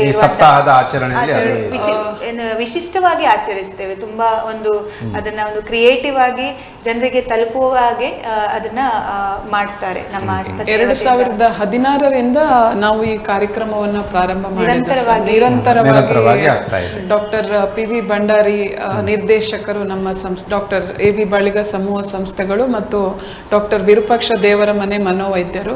ಸೊ ಇವರ ನೇತೃತ್ವದಲ್ಲಿ 2016ರಿಂದ ಕಂಟಿನ್ಯೂಸ್ ಆಗಿ ನಾವು ಮಾಡ್ತಾ ಇದ್ದೇವೆ ಬೇರೆ ಬೇರೆ ಸಂಘಟನೆಗಳೊಟ್ಟಿಗೆ ಸೇರ್ಕೊಂಡು. ಇವನ್ ಸೆಮಿನಾರ್ ಕೂಡ ಇದೆಯಲ್ಲ, 13ಕ್ಕಿದೆ ಸರ್. ಹೌದು, ಮಕ್ಕಳು ಬೆಳೆಯುತ್ತಿದ್ದಾರೆ ಕಲಾರಂಗದಲ್ಲಿ. ಹೌದು, 9ನೇ ತಾರೀಕಿಗೆ ಹಾಸ್ಪಿಟಲ್ ಅಲ್ಲಿ ಇನಾಗ್ರೇಷನ್ ಇದೆ. ಹೌದು, ನರ್ಸಿಂಗ್ ಸ್ಟೂಡೆಂಟ್ಸ್ ಗೆ ಮಾಹಿತಿ ಕಾರ್ಯಕ್ರಮ. ಜನರ ಸಹಭಾಗಿತ್ವವನ್ನು ಯಾವ ರೀತಿಯಲ್ಲಿ ಅಪೇಕ್ಷಿಸ್ತೀರಾ ತಾವು ಇದರಲ್ಲಿ?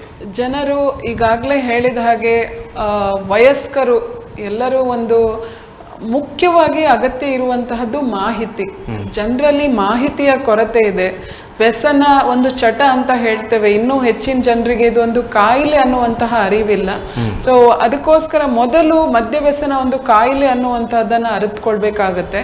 ಹಾಗೆ ಹೆಚ್ಚು ಹೆಚ್ಚು ಜನರು ಇಂತಹ ಒಂದು ಸಮಾಜ ಪರ ನಡೆಯುವಂತಹ ಕೆಲಸದಲ್ಲಿ ಭಾಗವಹಿಸಿದ್ರೆ ಮದ್ಯ ವ್ಯಸನಿ ಮಕ್ಕಳು, ಇವರು ಈಗಾಗಲೇ ಹೇಳಿದ ಹಾಗೆ ಬೀಚಲ್ಲಿ ಸ್ಯಾಂಡ್ ಆರ್ಟ್ ಮಾಡ್ತೇವೆ, ಸೊ ಅಲ್ಲಿ ಇದ್ರ ಬಗ್ಗೆನೇ ಒಂದು ಮಾಹಿತಿ ಕೊಡಲಾಗುತ್ತೆ.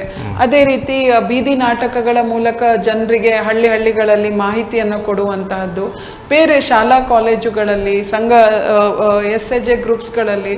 ಸೊ ಇದರ ಮುಖ್ಯ ಉದ್ದೇಶ ಅಂದ್ರೆ ಆದಷ್ಟು ಜನರಿಗೆ ಮದ್ಯ ವ್ಯಸನಿಯ ಮಕ್ಕಳು ಅನುಭವಿಸ್ತಾ ಇರುವಂತಹ ತೊಂದರೆಗಳು ಮತ್ತು ಹೊರಗೆ ಬರ್ಲಿಕ್ಕೆ ಏನೆಲ್ಲ ಪರಿಹಾರಗಳು ಅಷ್ಟೊಂದು ಗಂಭೀರ ಸ್ವರೂಪದಲ್ಲಿದೆ. ಈಗ ಮದ್ಯ ವ್ಯಸನಿಗಳು ಮಕ್ಕಳು ಅಂತ ಪ್ರತ್ಯೇಕಿಸುವಂತಹ ಅನಿವಾರ್ಯತೆ ಎದುರಿಗಿದೆ. ಖಂಡಿತ ಇದೆ ಸರ್, ಇದೆ. ಹೌದು, ನೀವು ಯಾವುದೇ ಒಂದು ಶಾಲಾ ಕಾಲೇಜಿನಲ್ಲಿ ಶಿಕ್ಷಕರ ಹತ್ರ ಮಾತಾಡಿದ್ರೆ ಅವ್ರು ಇದನ್ನ ಖಂಡಿತವಾಗಿ ಐಡೆಂಟಿಫೈ ಮಾಡಿ ನಿಮ್ಗೆ ಹೇಳ್ತಾರೆ. ಈಗ ಮಕ್ಕಳಲ್ಲಿ ಸಮಸ್ಯೆ ಇದೆ ಅಂತ ಹೇಳಿದ್ರೆ ಅಲ್ಲಿ ಮುಖ್ಯವಾಗಿ ಪೋಷಕರು ವ್ಯಸನಿ ಆಗಿರುವಂತಹ ಮಕ್ಕಳಲ್ಲೇ ಸಮಸ್ಯೆಗಳು, ಭಾವನಾತ್ಮಕ ಸಮಸ್ಯೆಗಳು ಕಾಣಿಸುವಂತಹದ್ದು ಜಾಸ್ತಿ ಇರುತ್ತೆ ಅಂತ ಹೇಳ್ಬೋದು. ಓಕೆ, ಈ ಸಮಸ್ಯೆಗಳನ್ನು ನಿರ್ಲಕ್ಷ್ಯವಿಸಿದ್ರೆ ಮತ್ತೆ ನಮ್ಮ ದೇಶ ಮನೋರೋಗದ ರಾಜಧಾನಿ ಆಗಬಹುದು. ಅದರಿಂದ ಈ ಸಮಸ್ಯೆಗಳನ್ನು ಒಂದಷ್ಟು ಎಚ್ಚರ ವಹಿಸಿ ಈಗಿಂದಲೇ ಜಾಗೃತಿ ಕಾರ್ಯಕ್ರಮಗಳನ್ನು ಮಾಡುವುದರ ಮೂಲಕ ತಡೆಗಟ್ಟಬಹುದು. ಸರಿ, ಕಾರ್ಯಕ್ರಮದಲ್ಲಿ ಭಾಗವಹಿಸಿದಂಥ ಪದ್ಮಾ ರಾಘವೇಂದ್ರ ಹಾಗೇನೆ ಸೌಜನ್ಯ ಶೆಟ್ಟಿ ಅವರಿಗೆ ನಮ್ಮ ವಾಹಿನಿಯ ಪರವಾಗಿ ಹಾಗೂ ವೀಕ್ಷಕ ಬಾಂಧವರೆಲ್ಲರ ಪರವಾಗಿ ಹೃತ್ಪೂರ್ವಕವಾದಂಥ ಧನ್ಯವಾದ. ನಮಸ್ಕಾರ. ವೀಕ್ಷಕರೇ, ತಮಗೂ ಕೂಡ ಧನ್ಯವಾದಗಳು. AV ಬಾಳಿಗ ಸ್ಮಾರಕ ಆಸ್ಪತ್ರೆ ಮತ್ತು ಸಮಾನ ಮನಸ್ಕ ಸಂಘಟನೆಗಳ ಜೊತೆಗೆ ನಡೆಸಲಿರುವಂಥ ಈ COA ಸಪ್ತಾಹ, ಚಿಲ್ಡ್ರನ್ಸ್ ಆಫ್ ಆಲ್ಕೋಹಾಲಿಕ್, ಮದ್ಯ ವ್ಯಸನಿಗಳ ಮಕ್ಕಳ ಈ ಜಾಗೃತಿ ಸಪ್ತಾಹ ಇದೆ. ಆ ಸಪ್ತಾಹದಲ್ಲಿ ಬಹಳಷ್ಟು ಕಾರ್ಯಕ್ರಮಗಳಿದೆ ಮತ್ತು ಯೋಜನೆಗಳು ಕೂಡ ಬಹಳಷ್ಟಿವೆ. ಅಲ್ಲಲ್ಲಿ ಕಾರ್ಯಕ್ರಮಗಳಿದೆ ಮತ್ತು ಸೆಮಿನಾರ್ಸ್ ಕೂಡ ಇದೆ. ಇದರ ಬಗ್ಗೆ ತಮಗೆ ಕೆಲವೊಂದು ಮಾಹಿತಿ ಸಿಗಬಹುದು. ಇದನ್ನು ಆಧರಿಸಿ ತಾವು ಇದರಲ್ಲಿ ಭಾಗವಹಿಸಿ ಮತ್ತು ತಮ್ಮ ಸಮೀಪದಲ್ಲಿ ನೆರೆ ಹೊರೆಯಲ್ಲಿ ಯಾವುದಾದ್ರೂ ಇಂಥ ಮಕ್ಕಳಿದ್ದರೆ ದಯವಿಟ್ಟು ಇದರ ಬಗ್ಗೆ ಗಮನ ಹರಿಸುವಂತೆ ಶಾಲಾ ಶಿಕ್ಷಣ ಸಂಸ್ಥೆಗಳಲ್ಲಿ ಕೂಡ ತಾವು ಕೋರಬಹುದು. ಶಾಲಾ ಶಿಕ್ಷಣ ಸಂಸ್ಥೆಗಳು ಕೂಡ ಈ ಗಂಭೀರ ಸಮಸ್ಯೆಯ ಬಗ್ಗೆ ಒಂದಷ್ಟು ಗಮನ ವಹಿಸಿ ತಮ್ಮಿಂದ ಆಗದಿದ್ದಲ್ಲಿ AV ಬಾಳಿಗ ಸ್ಮಾರಕ ಆಸ್ಪತ್ರೆಯನ್ನು ಸಂಪರ್ಕಿಸಿ ಅಲ್ಲಿ ಸಮರ್ಥವಾದಂಥ ಎಕ್ಸ್ಪೀರಿಯನ್ಸ್ಡ್ ಆಪ್ತ ಸಮಾಲೋಚಕರಿದ್ದಾರೆ, ಅಲ್ಲಿಯೂ ಕೂಡ ಅವರಿಗೆ ಒಂದು ವ್ಯವಸ್ಥೆಯನ್ನು ಮಾಡಿ ಆ ಮೂಲಕವಾಗಿ ಈ ಸಮಸ್ಯೆಗಳು ಬಗೆಹರಿಯುವಲ್ಲಿ ತಮ್ಮ ಪಾತ್ರವನ್ನು ವಹಿಸಬೇಕು ಅನ್ನುವಂಥ ವಿನಂತಿಯನ್ನು ಮಾಡಿಕೊಳ್ತಾ ಇದ್ದೇವೆ. ಈ ಕಾರ್ಯಕ್ರಮವನ್ನು ವೀಕ್ಷಿಸಿದಂಥ ಎಲ್ಲ ವೀಕ್ಷಕರಿಗೆ ಧನ್ಯವಾದಗಳು. ಮತ್ತೆ ಭೇಟಿಯಾಗೋಣ ಮುಂದಿನ ವಾರ. ಅಲ್ಲಿವರೆಗೆ ನಮಸ್ಕಾರ, ಧನ್ಯವಾದ.